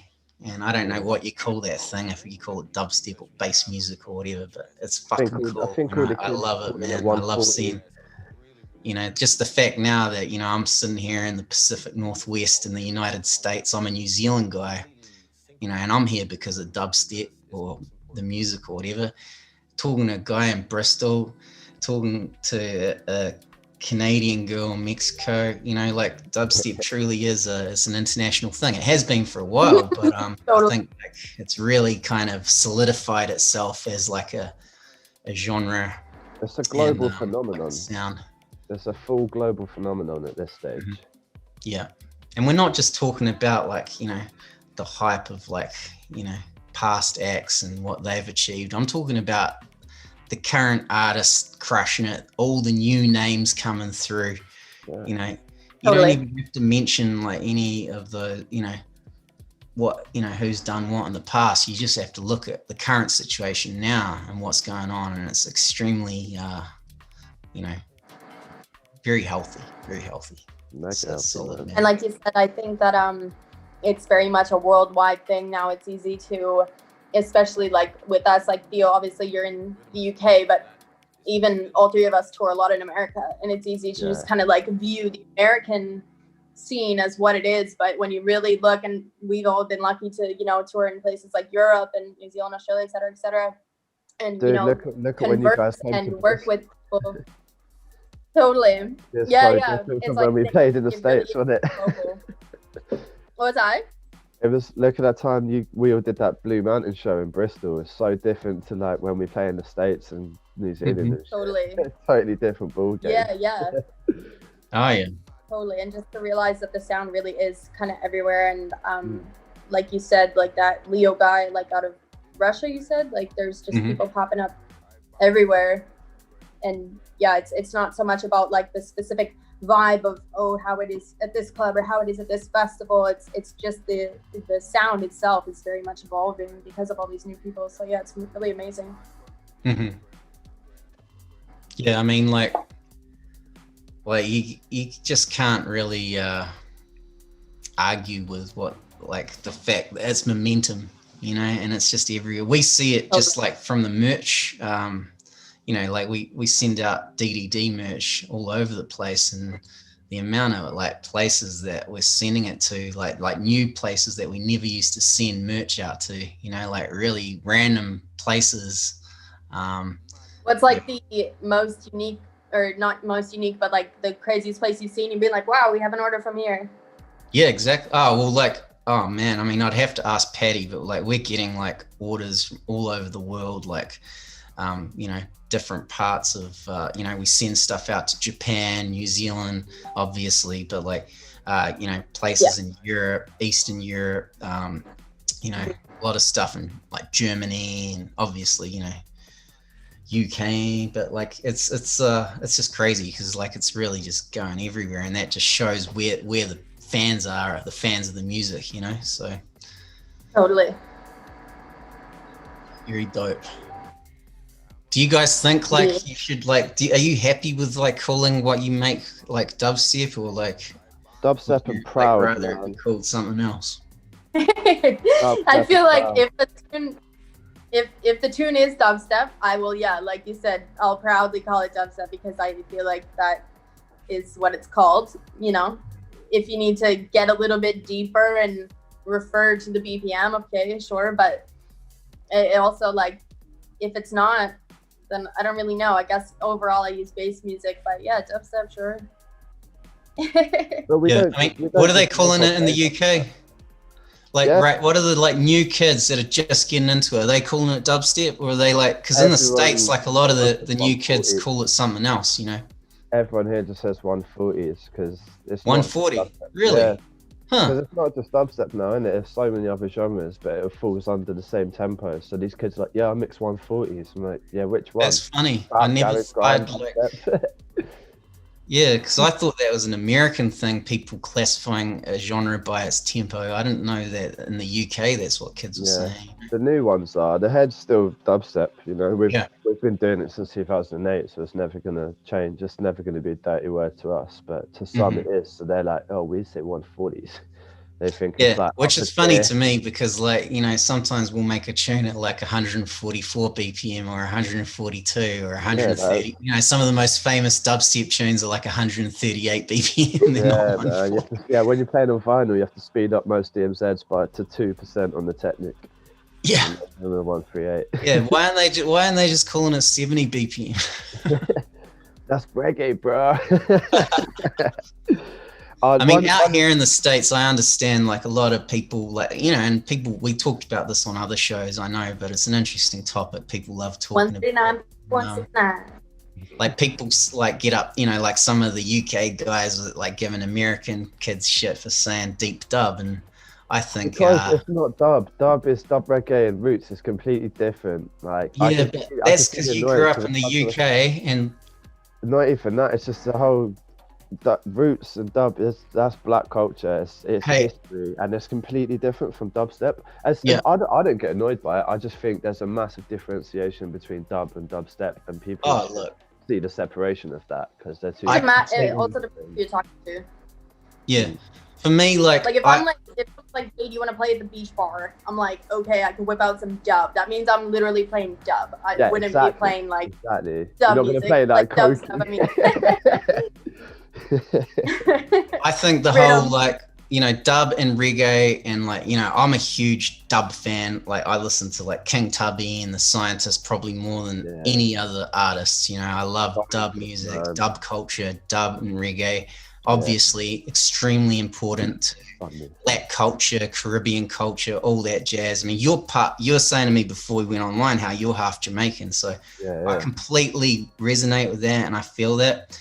At the same time, for me, I can understand like the kids out here. You meet some kid in like Minneapolis or some kid in Detroit or Texas, and they say, I said, oh, blah, blah, blah, dubstep. And they're like, dude, you don't make dubstep. You make the deep dub. Dubstep's like the loud stuff, you know, like really, really in your face, noisy stuff. You guys make like the deep stuff, you know, this deep dub. And like for them, like it's just a way of classifying it better because if they say they like dubstep to their friends, they just think, oh yeah, he likes their stuff that's like, you know, so. And of course, it's been you see on Beatport, all of our stuff is categorized as deep dubstep anyway. So for them, deep dub is the easy way of saying it. So I completely understand that. But there's been a time, I won't name the guy, but I was in the car in America and the promoter's like, yo, let me show you this dub tune. And he literally put on Excision. It's like, that's dubstep, that's not dub. Yeah. It's a bit like, it's kind of, for me, that was very cringy for a long time. And then I kind of like taught myself not to like be reactive to it. And definitely. It's like, if I grew up though in London, like you, and kind of like, it's like always immersed in that, like kind of like you guys have got a very strong sound system culture from like, obviously, you know, a lot of Jamaican, West Indian descendants moved to the UK in the 50s and 60s, brought that culture with them, built it, and you know, and the kids of those people were the ones that invented jungle music and all kinds of shit. So like, you know, it's very important. It's very much a UK cultural thing. Like it's a connection between like the Caribbean and the UK, and you guys have always had that. Whereas like in the States, there are some places that have that kind of connection, maybe like, you know, parts of, I don't even know where. I'm quite impressed with the States though, because there is quite a few good home-built sound systems, and I was really impressed. Now there is. I mean, look, now it's great, man. Type, man. Really. Look, sound system culture right now in the United States has never been so strong and healthy. Kids are always talking about, you know, you post an event online, people are saying, what kind of sound system is it? You know, like they're all of a sudden, you know, they care about stuff like that, and it's fucking cool, man. I like it, and I think it's great for the music. Well, it's necessary as well. Necessary. Ain't nobody want to pay in a shit system or hear a shit system. So Exactly. And like, don't get me wrong, like, you know, what we're saying about Jamaican sound, you know, influence and black culture, there's plenty of that in the United States. Don't get me wrong. I'm sure there's lots of amazing sound system crews that have been around since the 70s and like they're doing their thing that we just might not know about. But as far as like that sound kind of woven into like the club scene and like the EDM scene, I fucking hate that, but that word EDM. But like, yeah, It's electronic, eh? Tell us how you really feel. electronic music scene, not EDM, but you know, like for you guys, sound system culture and the like electronic music scene is like always kind of one thing. Like, whereas like, well, not always, but you know, here it's like kind of they've just kind of coming together in more recent years. I reckon like the past 5 or 6 years, like for a lot of people. I mean, there's always been big raves in the States. In the 90s, they were throwing huge raves with huge sound systems. So it's not like, you know, nobody out here knew what to do. It's just a different, you know, we're talking different culture and trying to understand why kids like classify this little genre as something else out here. I think you can blame it. At least just blame it on Bro Steve. I mean, come on, let's be honest. If it wasn't for that outbreak of stuff in 2010, the real heavy stuff like that they called dubstep, I don't think there'd be so much confusion. But anyway, doesn't really matter what you call it. Is what it is. It is what it is. Lots of people talking. Hey, shout out the Deep Tempo crew. Shout out Turney and Sound. Wow, we've got lots of people online right now. Woo! Yes. Shout out Adrian Chancho, Sammy June, Cozza Kid and Tentacle T. Substance is in the house. He's an awesome producer. Big up Substance. He's out of Sherbrooke in Quebec, Canada. Oh, really? Yeah, Mark, very dope tunes. Oh yeah. Big up Steeners, big up All Things Dub, big up Rewind 140. Give us a shout, people. Let us know if you got any questions. Big up Sadie. Big love to Cartridge UK. We got Cardi in the house. Yeah. We'll have to get him on the show. Always a party with Cardi. Yeah. Always love his stuff. His new stuff that he's been sending us is phenomenal, man. We the love stuff it. with strategy, that was nuts. Carti's always been on a good thing, but he left me and moved to Manchester. Sad. Oh, I didn't. So what? He's actually from Bristol, is he? I don't know if he's from it, but he lived there for quite a while. We used to hang all the time. I actually sold him my very last copy of Amber for a tenner before it went to 90 quid on Discogs, and then we've been friends ever since and started hanging out. Word. Nice. Yeah. That's dope. Yeah, man. He's been making some good. There's a lot of good stuff coming out from up in the north there, eh? Yeah. Manchester. Yeah. Is it Manchester or Leeds? Where? Yeah, Manchester. Manchester, right? Yeah. Strategy and you got like what isn't Hi-Fi from up there, or was he? Yeah, Hi-Fi's actually moving into my house next month in Bristol. Oh god, that's going to be trouble. You two. Oh shit, that sounds like trouble to me. Yeah, I might move out now, Jackie. That's it. Nice. Yeah, man. Well, that's going to be. I hope you guys do some collabs. Oh, dude, collab central, man. Literally. Yeah. Hell yeah. Wicked. Wow, that's fun. Yeah. What advice would you give, Khiva, to young up-and-coming kind of female producers, or just producers in general? Like, you know, if they're like, you know, for someone who's sitting there right now and they've been like making beats and they're kind of like really happy with how they're going, but they're just like, oh, I don't know what to do next. Like, you know, it depends on, you know, what they're trying to achieve. But say if it's someone that's like trying to get their music heard and trying to get more involved in the scene, kind of what would you recommend they do? I think that if you're like really in the beginning trying to get your things heard, you know, take many different avenues, or like explore different avenues, you know, because it's at the end of the day, it is hard to get your things heard no matter how huge you are. It's like a lot of bands that I listen to have been around since like the 90s, and it's like maybe I only found them 5 years ago. Do you know what I mean? So like, don't assume that people will find you.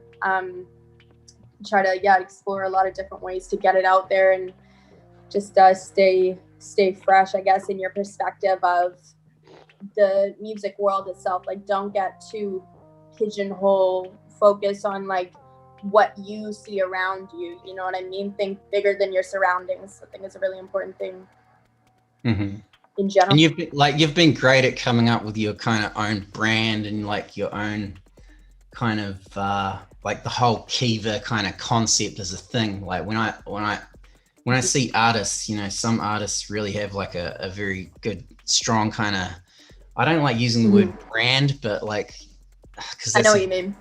It's like a very corporate kind of marketing way of putting it, but you know what I mean? Like, totally.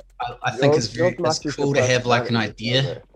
Both you guys have like a cool kind of concept behind, you know, what you do and your branding and everything. Like, I think at the end of the day, like, with that sort of thing, unless you've got like a huge team behind you that's like calculating your every move and, you know, creating this for you, and this is the way that we're rooting this so that it appears like this. It's like, you can't do anything but be yourself. You know what I mean? So 100%. yourself and build your brand around that, or build your thing around that. But it doesn't mean that, you know, I feel like what's really common nowadays is that, and not to say that this is not a good thing, like whatever works for you, but don't think because someone's doing something a certain way that that's the way that you need to do it. Because at the end of the day, your art is going to resonate with the people that it resonates with, because y'all are on the same page. Do you know what I mean? So if you copy someone else's route or pathway that they take, or, you know, you can take examples, you know, same like music, like you can be influenced by certain things, but don't try to just completely copy something, because it's not going to come out the same. So I think it's just important to view all the things, take it all in, but at the end of the day, really just make sure that you're being your authentic self, and whatever that means, you know, as long as you feel good, I think that people are going to see that. You don't want to force yourself into something that makes you uncomfortable. That's solid advice. And I think the authenticity thing is the nail on the head. And, you know, when you say authenticity, what's authentic to you, not what other people define as. Totally. You know, like people say, oh, that's, it's like, if you know inside that's what makes you happy and that's your sound, and like, you know, that's what gets you going. That's really important, you know. That's totally. Well, like, at the end of the day, being too, original. like, completely. And it's, I mean, of course there's the business side, but also it's like, if at the end of the day you're doing art or music because you feel compelled to make art or music, that's why you're there. You know, you're there to connect with people, or you're there to get something out that you need to get out into the world. Like if you want to make money or completely just be all business, like there's a million other things that you could do. Do you know what I mean? Like, job you can do if that's all you want. Oh mate, and I'm always having like people, you know, they say, oh yeah, you know, why do you you know, like I hate saying to people that I haven't met before that I'm a DJ and all that, because they automatically assume, oh gosh, he must be doing it like, you know, I don't know, to be famous or for the money or whatever. And it's like, let me tell you something.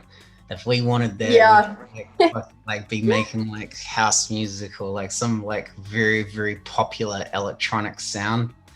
And like there's a much faster way to get that money than like making deep dubstep. You know, like it's a slow track there.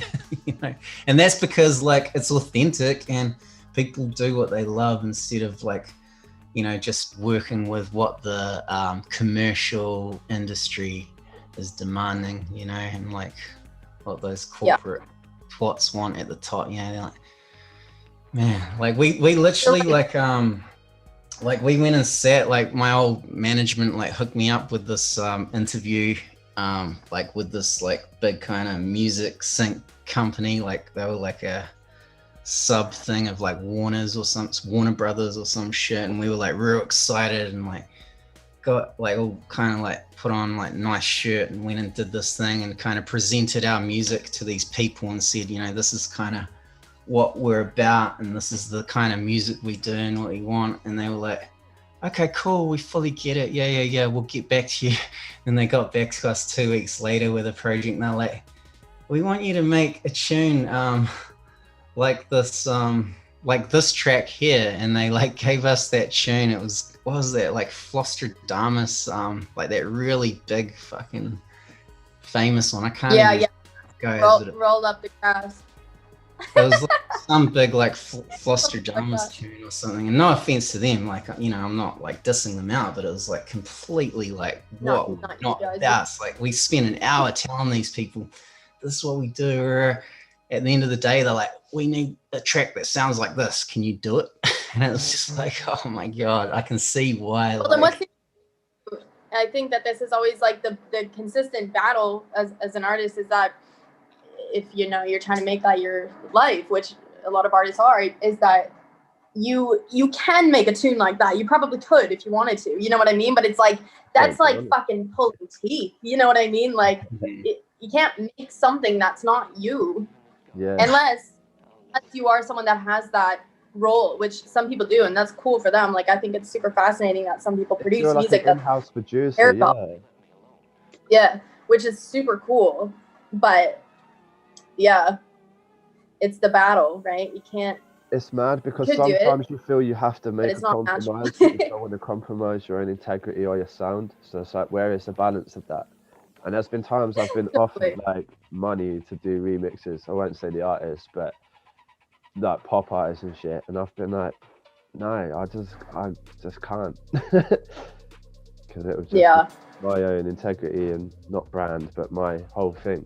I just didn't want to do it. But some people can sit and do that willy-nilly and just take the money and go and start a new alias. It's happened those times with people.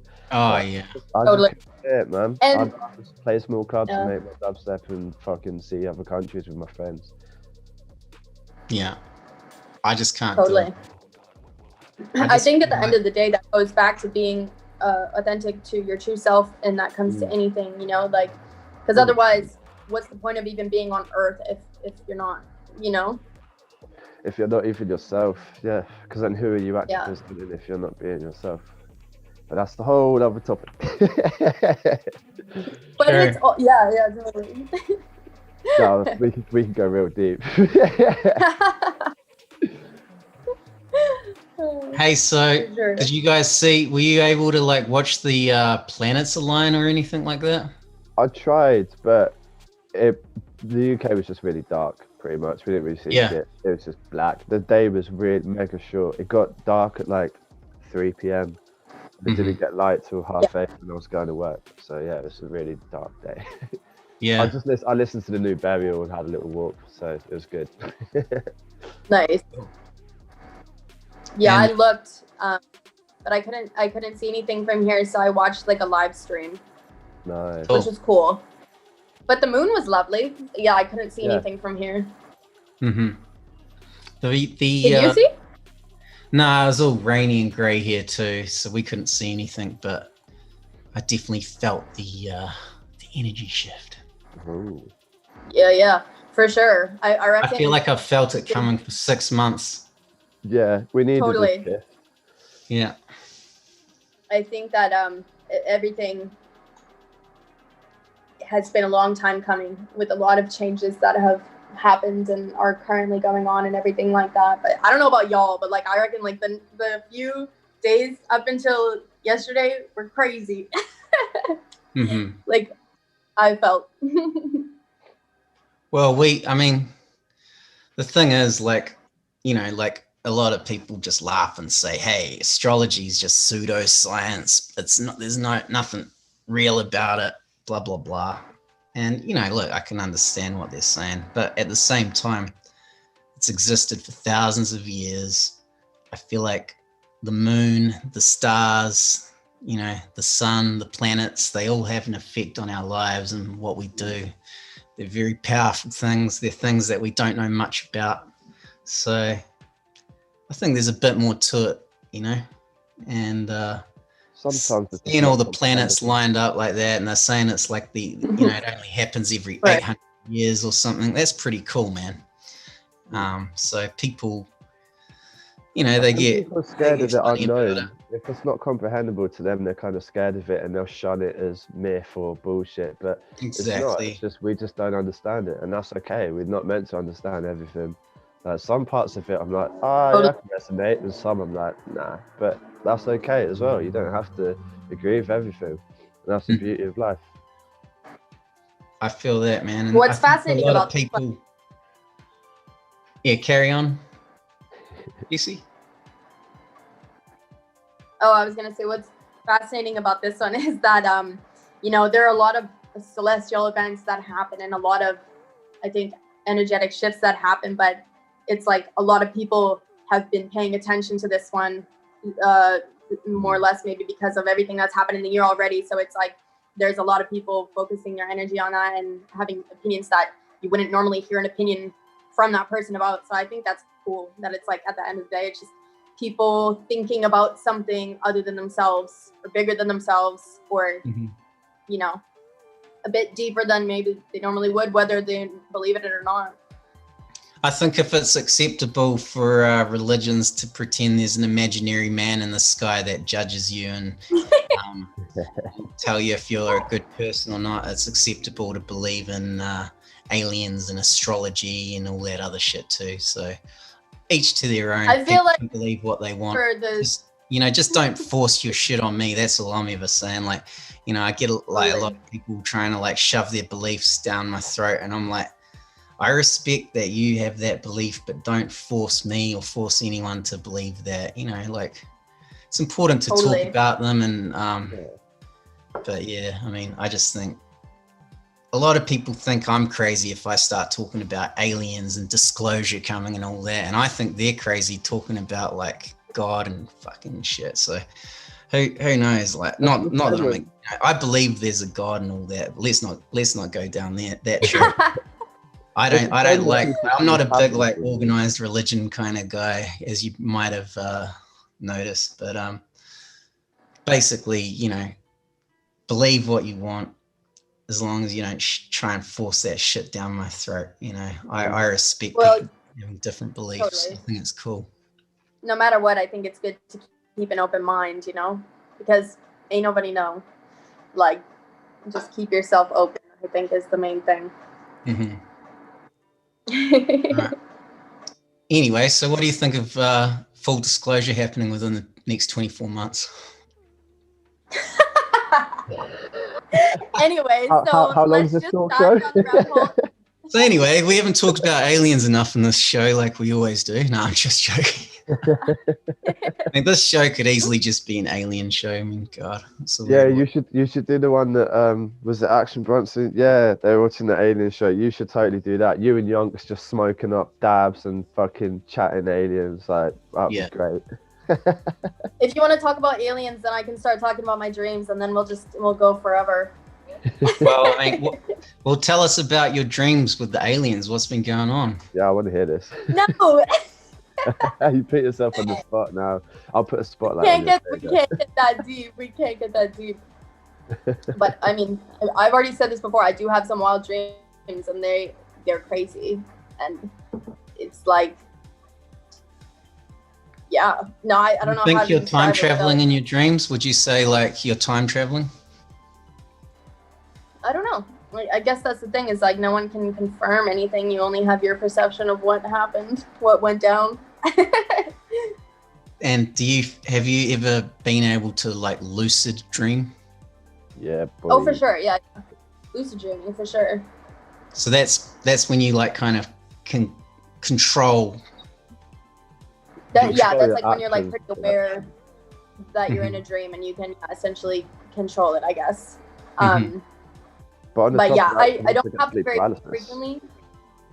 What's that? On the top of that, you can also get sleep paralysis as well, which I've had quite a bit. Totally. You know? Fucking gnarly, man. Even when like you have to move to get out of the dream, and if you can't move, when you open your eyes, you see the dream in real life, like in your room, and it's fucking scary. Yeah. Some of them are cool. Some of them feel like a DMT trip, but some are just really horrible. Do you think when you dream you're traveling to a different dimension and like you're just like kind of crossing into a different kind of reality?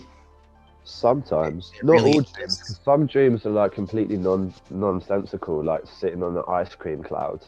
That's not time traveling. But there's some where you just feel, can't explain what you feel, but you feel something like of gush or energy or something, and you're like, that's not a normal dream. It's like something different's happened to a normal dream, and that's when I think there is some kind of like paradox there.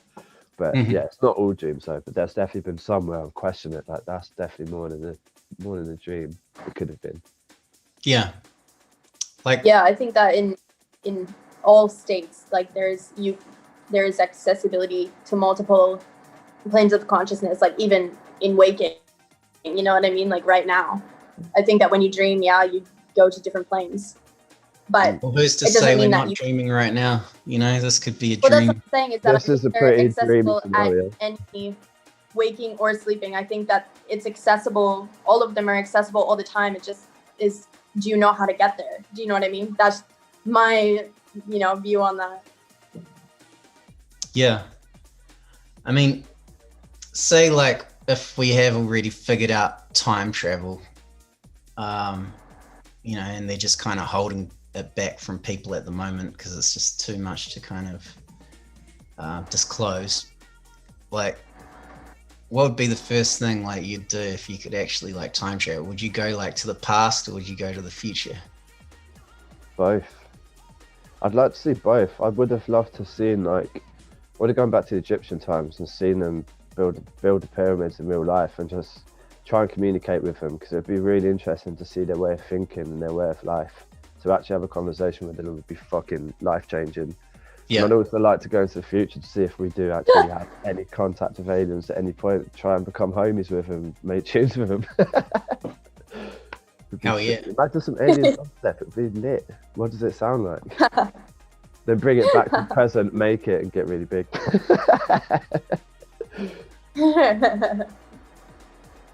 Yeah. What about you, GC? Well, I think that on like a very just kind of like, okay, fun level, if I were like, okay, where would you go? I mean, I think it would be cool to just go to the 70s for a while. Hell yeah. Oh yeah. Hell yeah. Like The just for like a 70s field the- trip. Be like, you know what? I'm gonna go check that out. But Mhm. Yeah, I've always been fascinated by the 70s and the whole like, you know, that whole era and time with rebellion and protest and the like all the music that came out of it. So much so on yeah. beautiful. Yeah, but for me personally, I'm obsessed with the future and like what you know, what the new technologies we'll see and how things will evolve, and I'm like super excited about just like, you know, things that are, you know, secrets being revealed and stuff. That's what I'm hoping for, like lots of like secrets revealed and ancient memories kind of coming out and being released. And I don't know, I've been watching a lot of stuff that's all about time travel and all about that kind of stuff. And I feel like it's like, you know, people can already do it in their heads. And, you know, some military guys are saying they're doing it through these like portals and shit. But Wow. I think like we do it every night when we dream, you know, because Maybe that's our training. Maybe our dreams is our training for that process. yeah. You know. I kind of feel like it is. I mean, it depends on like your like what you're accessing, but I don't, again, it's just my opinion, but like I was saying before, I feel like everything is accessible from right now. It's just a matter of, do you know how to do it? Do you know the language? Do you know how to access it? You know what I mean? Mm-hmm. But I think for me, like that's why always meditation and yoga have always been so important, because I feel like those things are really something that we know have opened those doors. And then when you tie it in with dreaming and all that, and like the actual stories that people have of, you know, things like that happening and near-death experiences and, you know, people dying and coming back to life and all that stuff, like it's all related. What do you think happens when you die? Your body's there, but your soul definitely lives on, travels through other energies. Like that shit ain't gonna go anywhere. Your body. So you believe in reincarnation? Not reincarnation as such. No, definitely not. Just I don't believe like, you know, when you die, yeah, your body's going to decompose, but your spirit is going to live on through something or someone, maybe a memory, maybe an energy, maybe something. But, you know, your body is just, you know, it's just a body. That's not you. It's not you as a person. Your heart and your brain and your personality, it makes up all the things about you.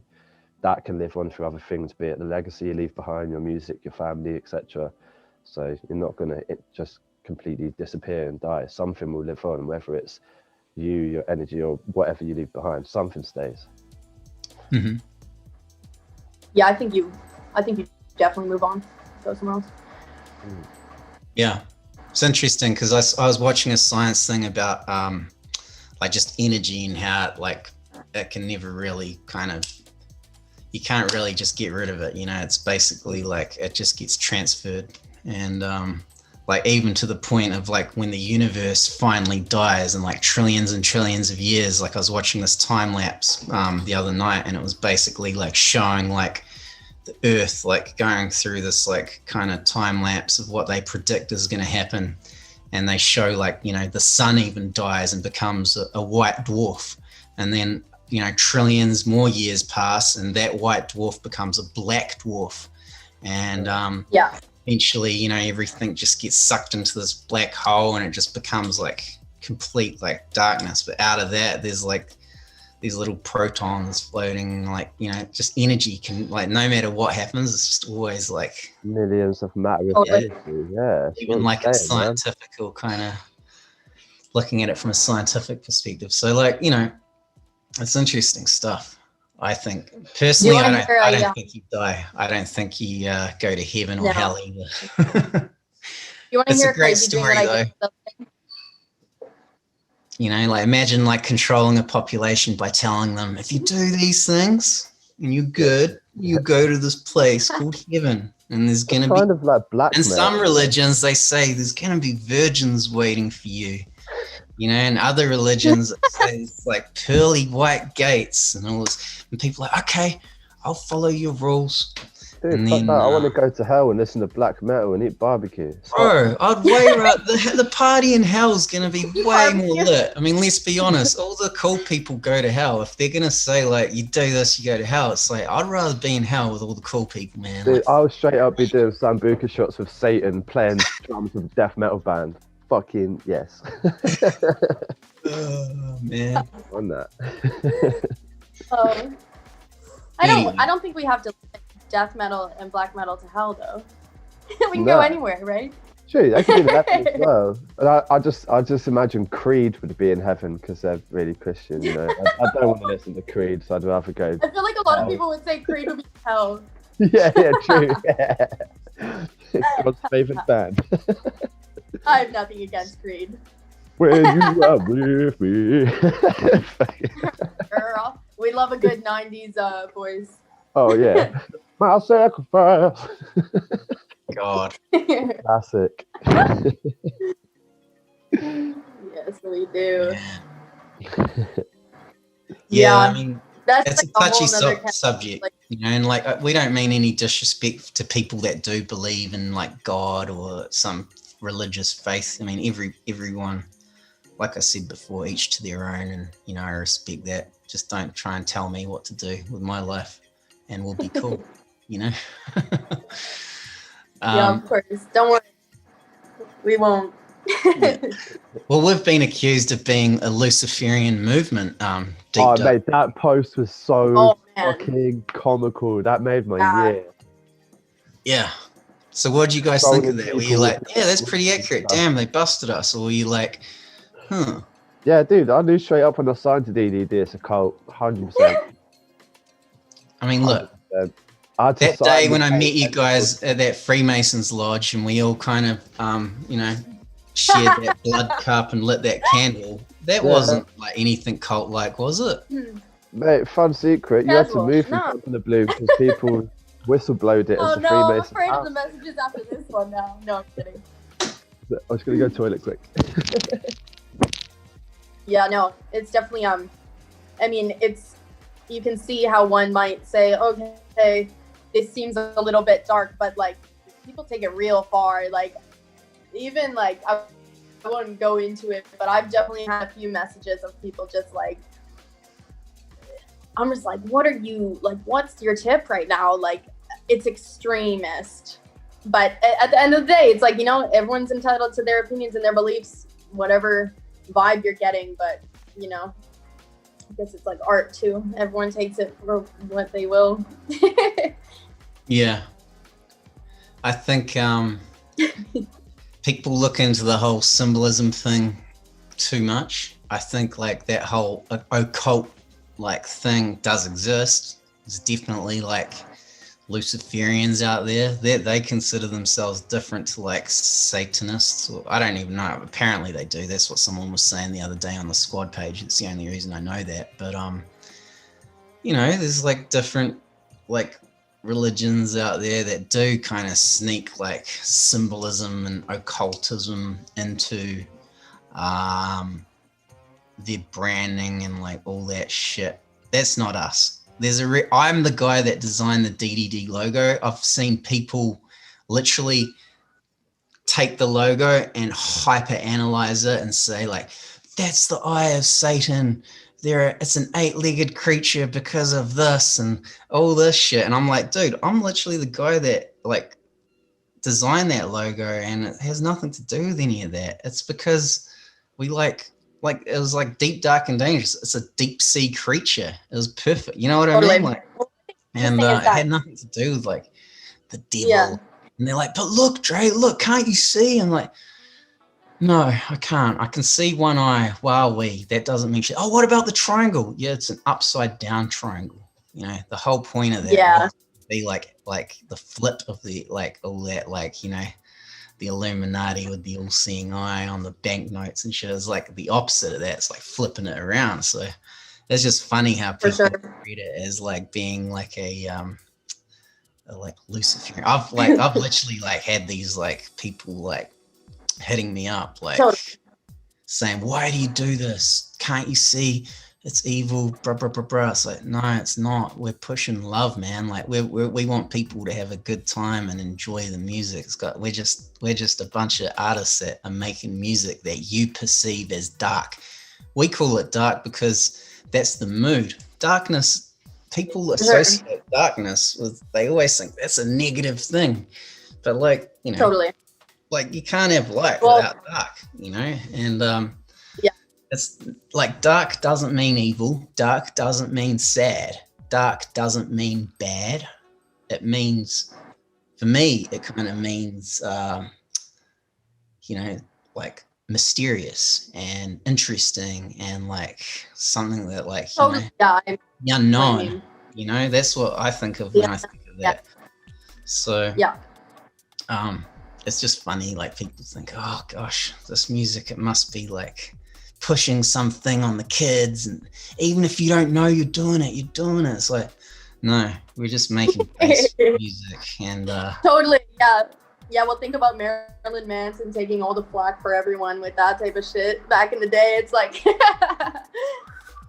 so many people like, you're pushing something onto the children.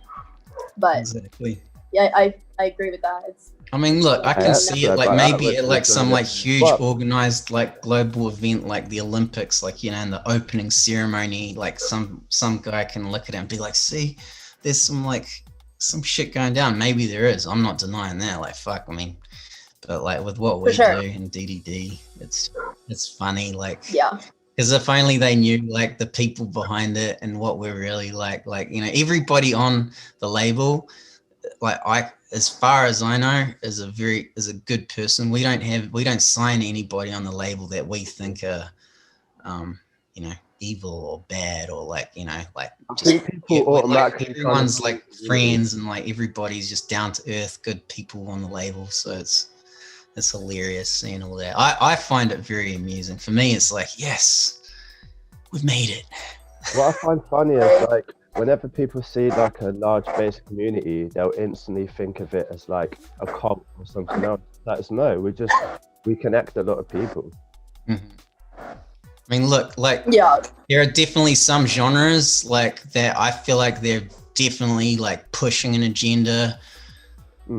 I watch some videos and I'm like, is that like paid for by like Hennessy and Bentley, this fucking video? Oh yeah. Like the When it whole comes to video is corporation literally like companies, waving so, our yeah, for fucking sure. Hennessy bottle around, driving our Bentleys, wearing our Louis Vuitton. I'm like, maybe there is an agenda behind this video and these corporations have like teamed up and sponsored this artist to do this. I don't know. Like there's a lot of corporate 100%. bullshit. Like the They're big trying to labels do work with big brands. There's a lot of manipulation, a lot of like consume, do this, like, you know, within the music scene. So I can see how people do like get skeptical about shit like that. But yeah. But I think, you know, it's like as an artist too, when you do put something out, it's like you do want people to look deeper. You know what I mean? You do want people to see the imagery and the symbolism in your art. But it just seems that a lot of the time the people that reach out about it a lot are the ones that have very, very strong opinions and they're very specific. Well, you're like, you're almost like, I appreciate you looking that deep, but I don't know if that was it. Oh yeah, I mean, look, some people like I said, you know, they'll analyze something and deconstruct your idea and much deeper than you even thought of it. You know, like you're like, Jesus, you really went deep on that, bro. Like, yeah.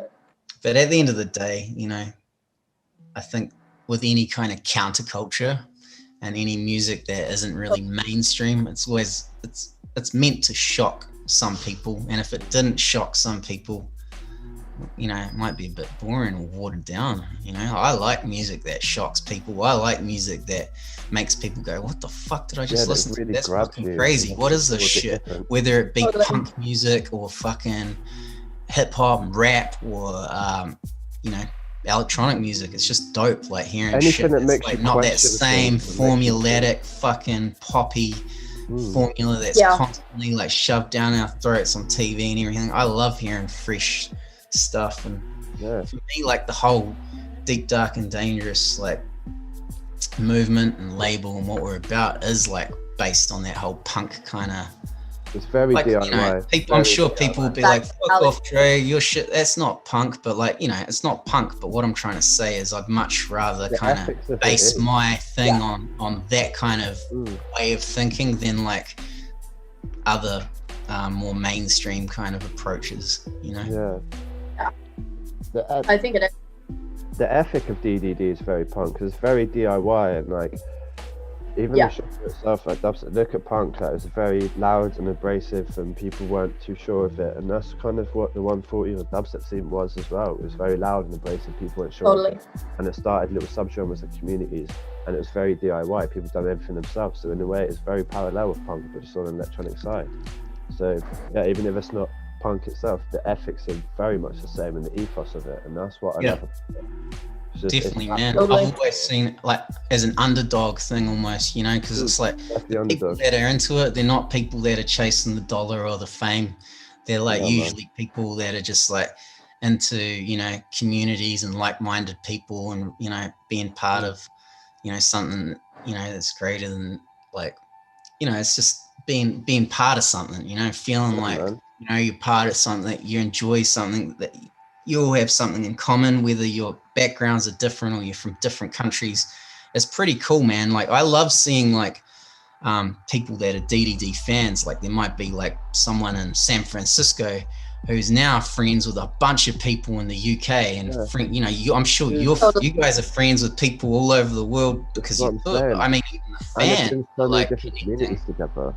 Like I'll see people like there's loads of people that are alternative music based, and some that are punks, and some that are metalheads, some that are drum and bass heads, some are wooks.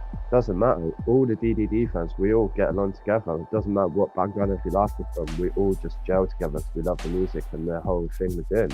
And it's brought a whole amalgamation of beautiful, like-minded people together, and it's really special because you don't get that often. Like people would look down on others because, oh, you're a drum and bass fan, you're a chav, you're this, you're metal, but there's no thing in that in our community. It's just you're a person, I'm a person, let's all hang. It's just very much open to everybody, and it's let us be friends with random people, and it's fucking cool, man. Like all corners of the globe, we've got friends we can go hang out with and that we all talk to, and it's fucking special, man.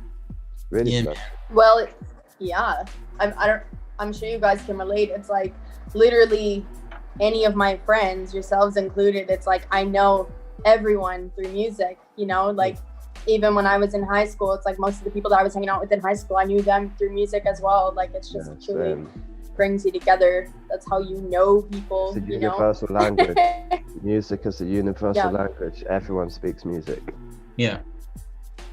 It's just so cool, like, you know, like seeing someone like who might not like have too many friends, you know, they're in like some small town like in the States or wherever, and then they're like all of a sudden through this scene they've got other people they can talk to, you know, and chat with about music, and you know they end up like we've heard stories about people getting married and shit like that, man. Like there's like a bunch of people that have hit us like going, hey, we got married because of Truth or DDD, like we were both fans, we met at this gig, you know, and like I've heard like a bunch of stories like that, and it's heartwarming stuff, you know, to hear like people coming together through music, and it feels like a club. And I think that's partly also why people are so damn you know, they get so excited and so emotional about it when things change, or if that purity is ever kind of affected, you know, like, and why people are very kind of, you know, they don't want it to grow too big, you know, they don't want it to become something like really big and mainstream, and that because even if it does grow big, it's not ever going to take away like the community we have or the way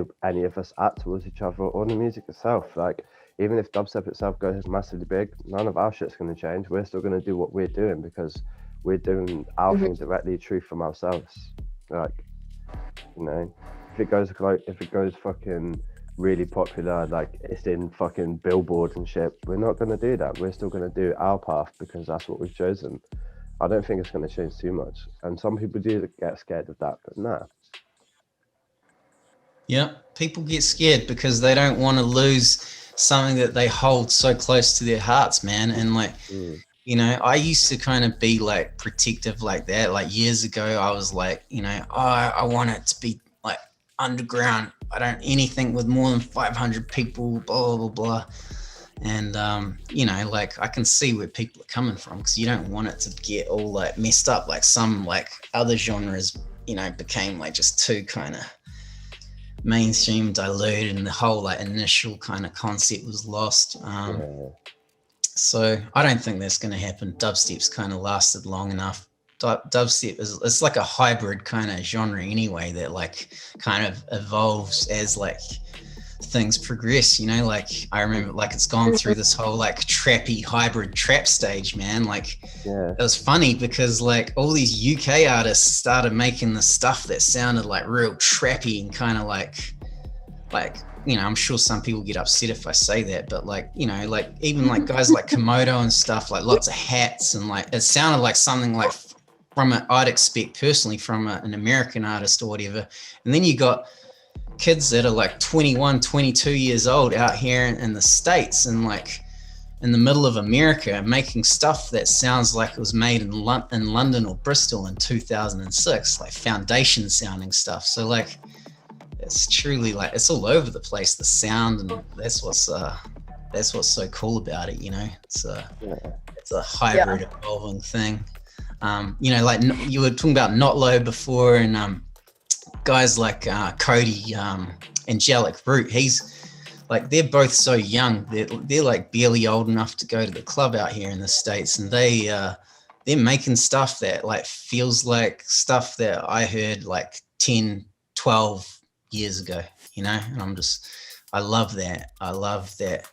That's like foundation kind of sound is like, you know, there's young blood making that out here in the States, and then you got like young UK guys making like that stuff as well, or you got like, you know, older dudes coming back and making tunes that we haven't heard from in years. You know, some of the biggest legends in the scene haven't made a tune in years. All of a sudden they're like started making tunes again, and it's like, damn, this is like real good times for the sound right now, man.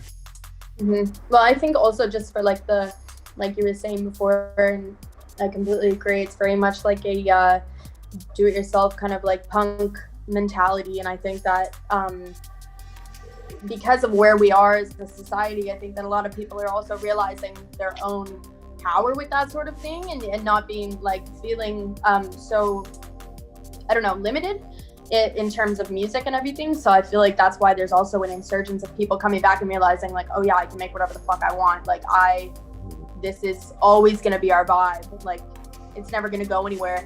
No matter how big a genre gets, it's like there's always gonna be the people who are having that kind of open mentality and pushing it further and questioning how far it can go, kind of thing. Hell yeah. Well, we're 10 minutes over time. We've been talking for 2 hours now. Oh, nice. Wow. I guess it was, we've lost, things got carried away and we just went over time. I didn't even see that it was 10 past 2. So let's wrap it up in the next couple of minutes. If you guys have got any more questions for either Khiva or Sepia, make sure you hit us up with those because we're about to wrap it up. Otherwise, Thanks for last words from each of you that you'd like to say to your people out there. Any messages? Yes, we love you very much. Thank you so much. It's been lovely. I hope we can chat again. Yeah, Thank you. Oh, It yeah. was great. We'll certainly get And- you back for sure, both of you. Yeah. Just big message to everyone to stay safe, be happy, do what makes you happy, Totally. and be Yes. unapologetically you. Be the best version of And you. have a lovely be, holiday. and have a lovely fucking holidays. Hell yeah. Live your life and be happy. Yeah. Couldn't agree more. There is one thing in the And chat though. shout out to everybody. There's something in the chat. Someone said What's that? there's a question someone had in the chat. They said they have a question about copyright samples. Can you mangle vocal samples so it's practically unrecognizable, or can you still get copyright struck for that? That's a tough one because I don't know. I think it really depends on the level of mangling. Yeah, definitely. Like if you listen to Burial, like you can pick out a lot of people he's sampled, like Christina Aguilera, Beyonce. He's sampled them and he's mangled them so well that it's barely recognizable. So yeah, you can definitely mangle them up so much that it's unrecognizable. Or an alternative, find someone doing a cover of that song and then sample it and do that way. But yeah, that was a little question I saw in there that I thought I'd answer. That's good advice because, that can be something that can come back and bite you in the ass in the future. If you like have a song and you like sample something that's kind of well known. And, for me, like it's all about like if you are going to venture into that kind of thing and sample something that's known, like you gotta make it as original as you can. You gotta chop it up, mess it up, make it sound cool. I mean, a perfect example of that is Burial with what he does, with Archangel and shit. Like he sampled like what video game was it? Metal Gear Solid for Arcade. Yeah, Metal Gear Solid, and he took a vocal. It was Ray J, wasn't it? I think. Was it Ray J? Yeah. But like that was, Ray J, super mainstream artist, blah blah blah, still took it and he manipulated it in a way where it was a very unique piece of music that was very popular and made like a lot of sales, and he didn't get in trouble for it because he changed it to a point where it's original. So I guess it's all about if you want to make it original or a remix or a bootleg, or how far you make you get that sample and take it. Oh yeah. Any last words? You go first, Jesse. It looks like she's frozen a bit down there. Okay. I guess her timer, she's like, all right, that's my limit. Any longer and I'm gonna start charging you. Any last words would be just be good to each other, share music, and let's all see each other soon. Pretty much. Oh yeah. Yeah. And, be safe, everyone. Be safe. Much love. Peace out. Thanks for guys. everything. All right. Peace out. Thanks, Sepia, Theo. Take care, brother. Great to see you. Man. Awesome. And Let's thank catch you up also soon, to Khiva. We lost her right at the last minute, but she's been on there for 2.5 hours almost. So she's just like, see ya. I'm going to the beach. Yeah, I wouldn't blame it. Tacos, man. Shouts out to everyone that joined us today too. We had a really good crew of people. There's over 100 people tuned in. So that's super dope. Big up everyone. All right, until next time. I'll see you next week. Happy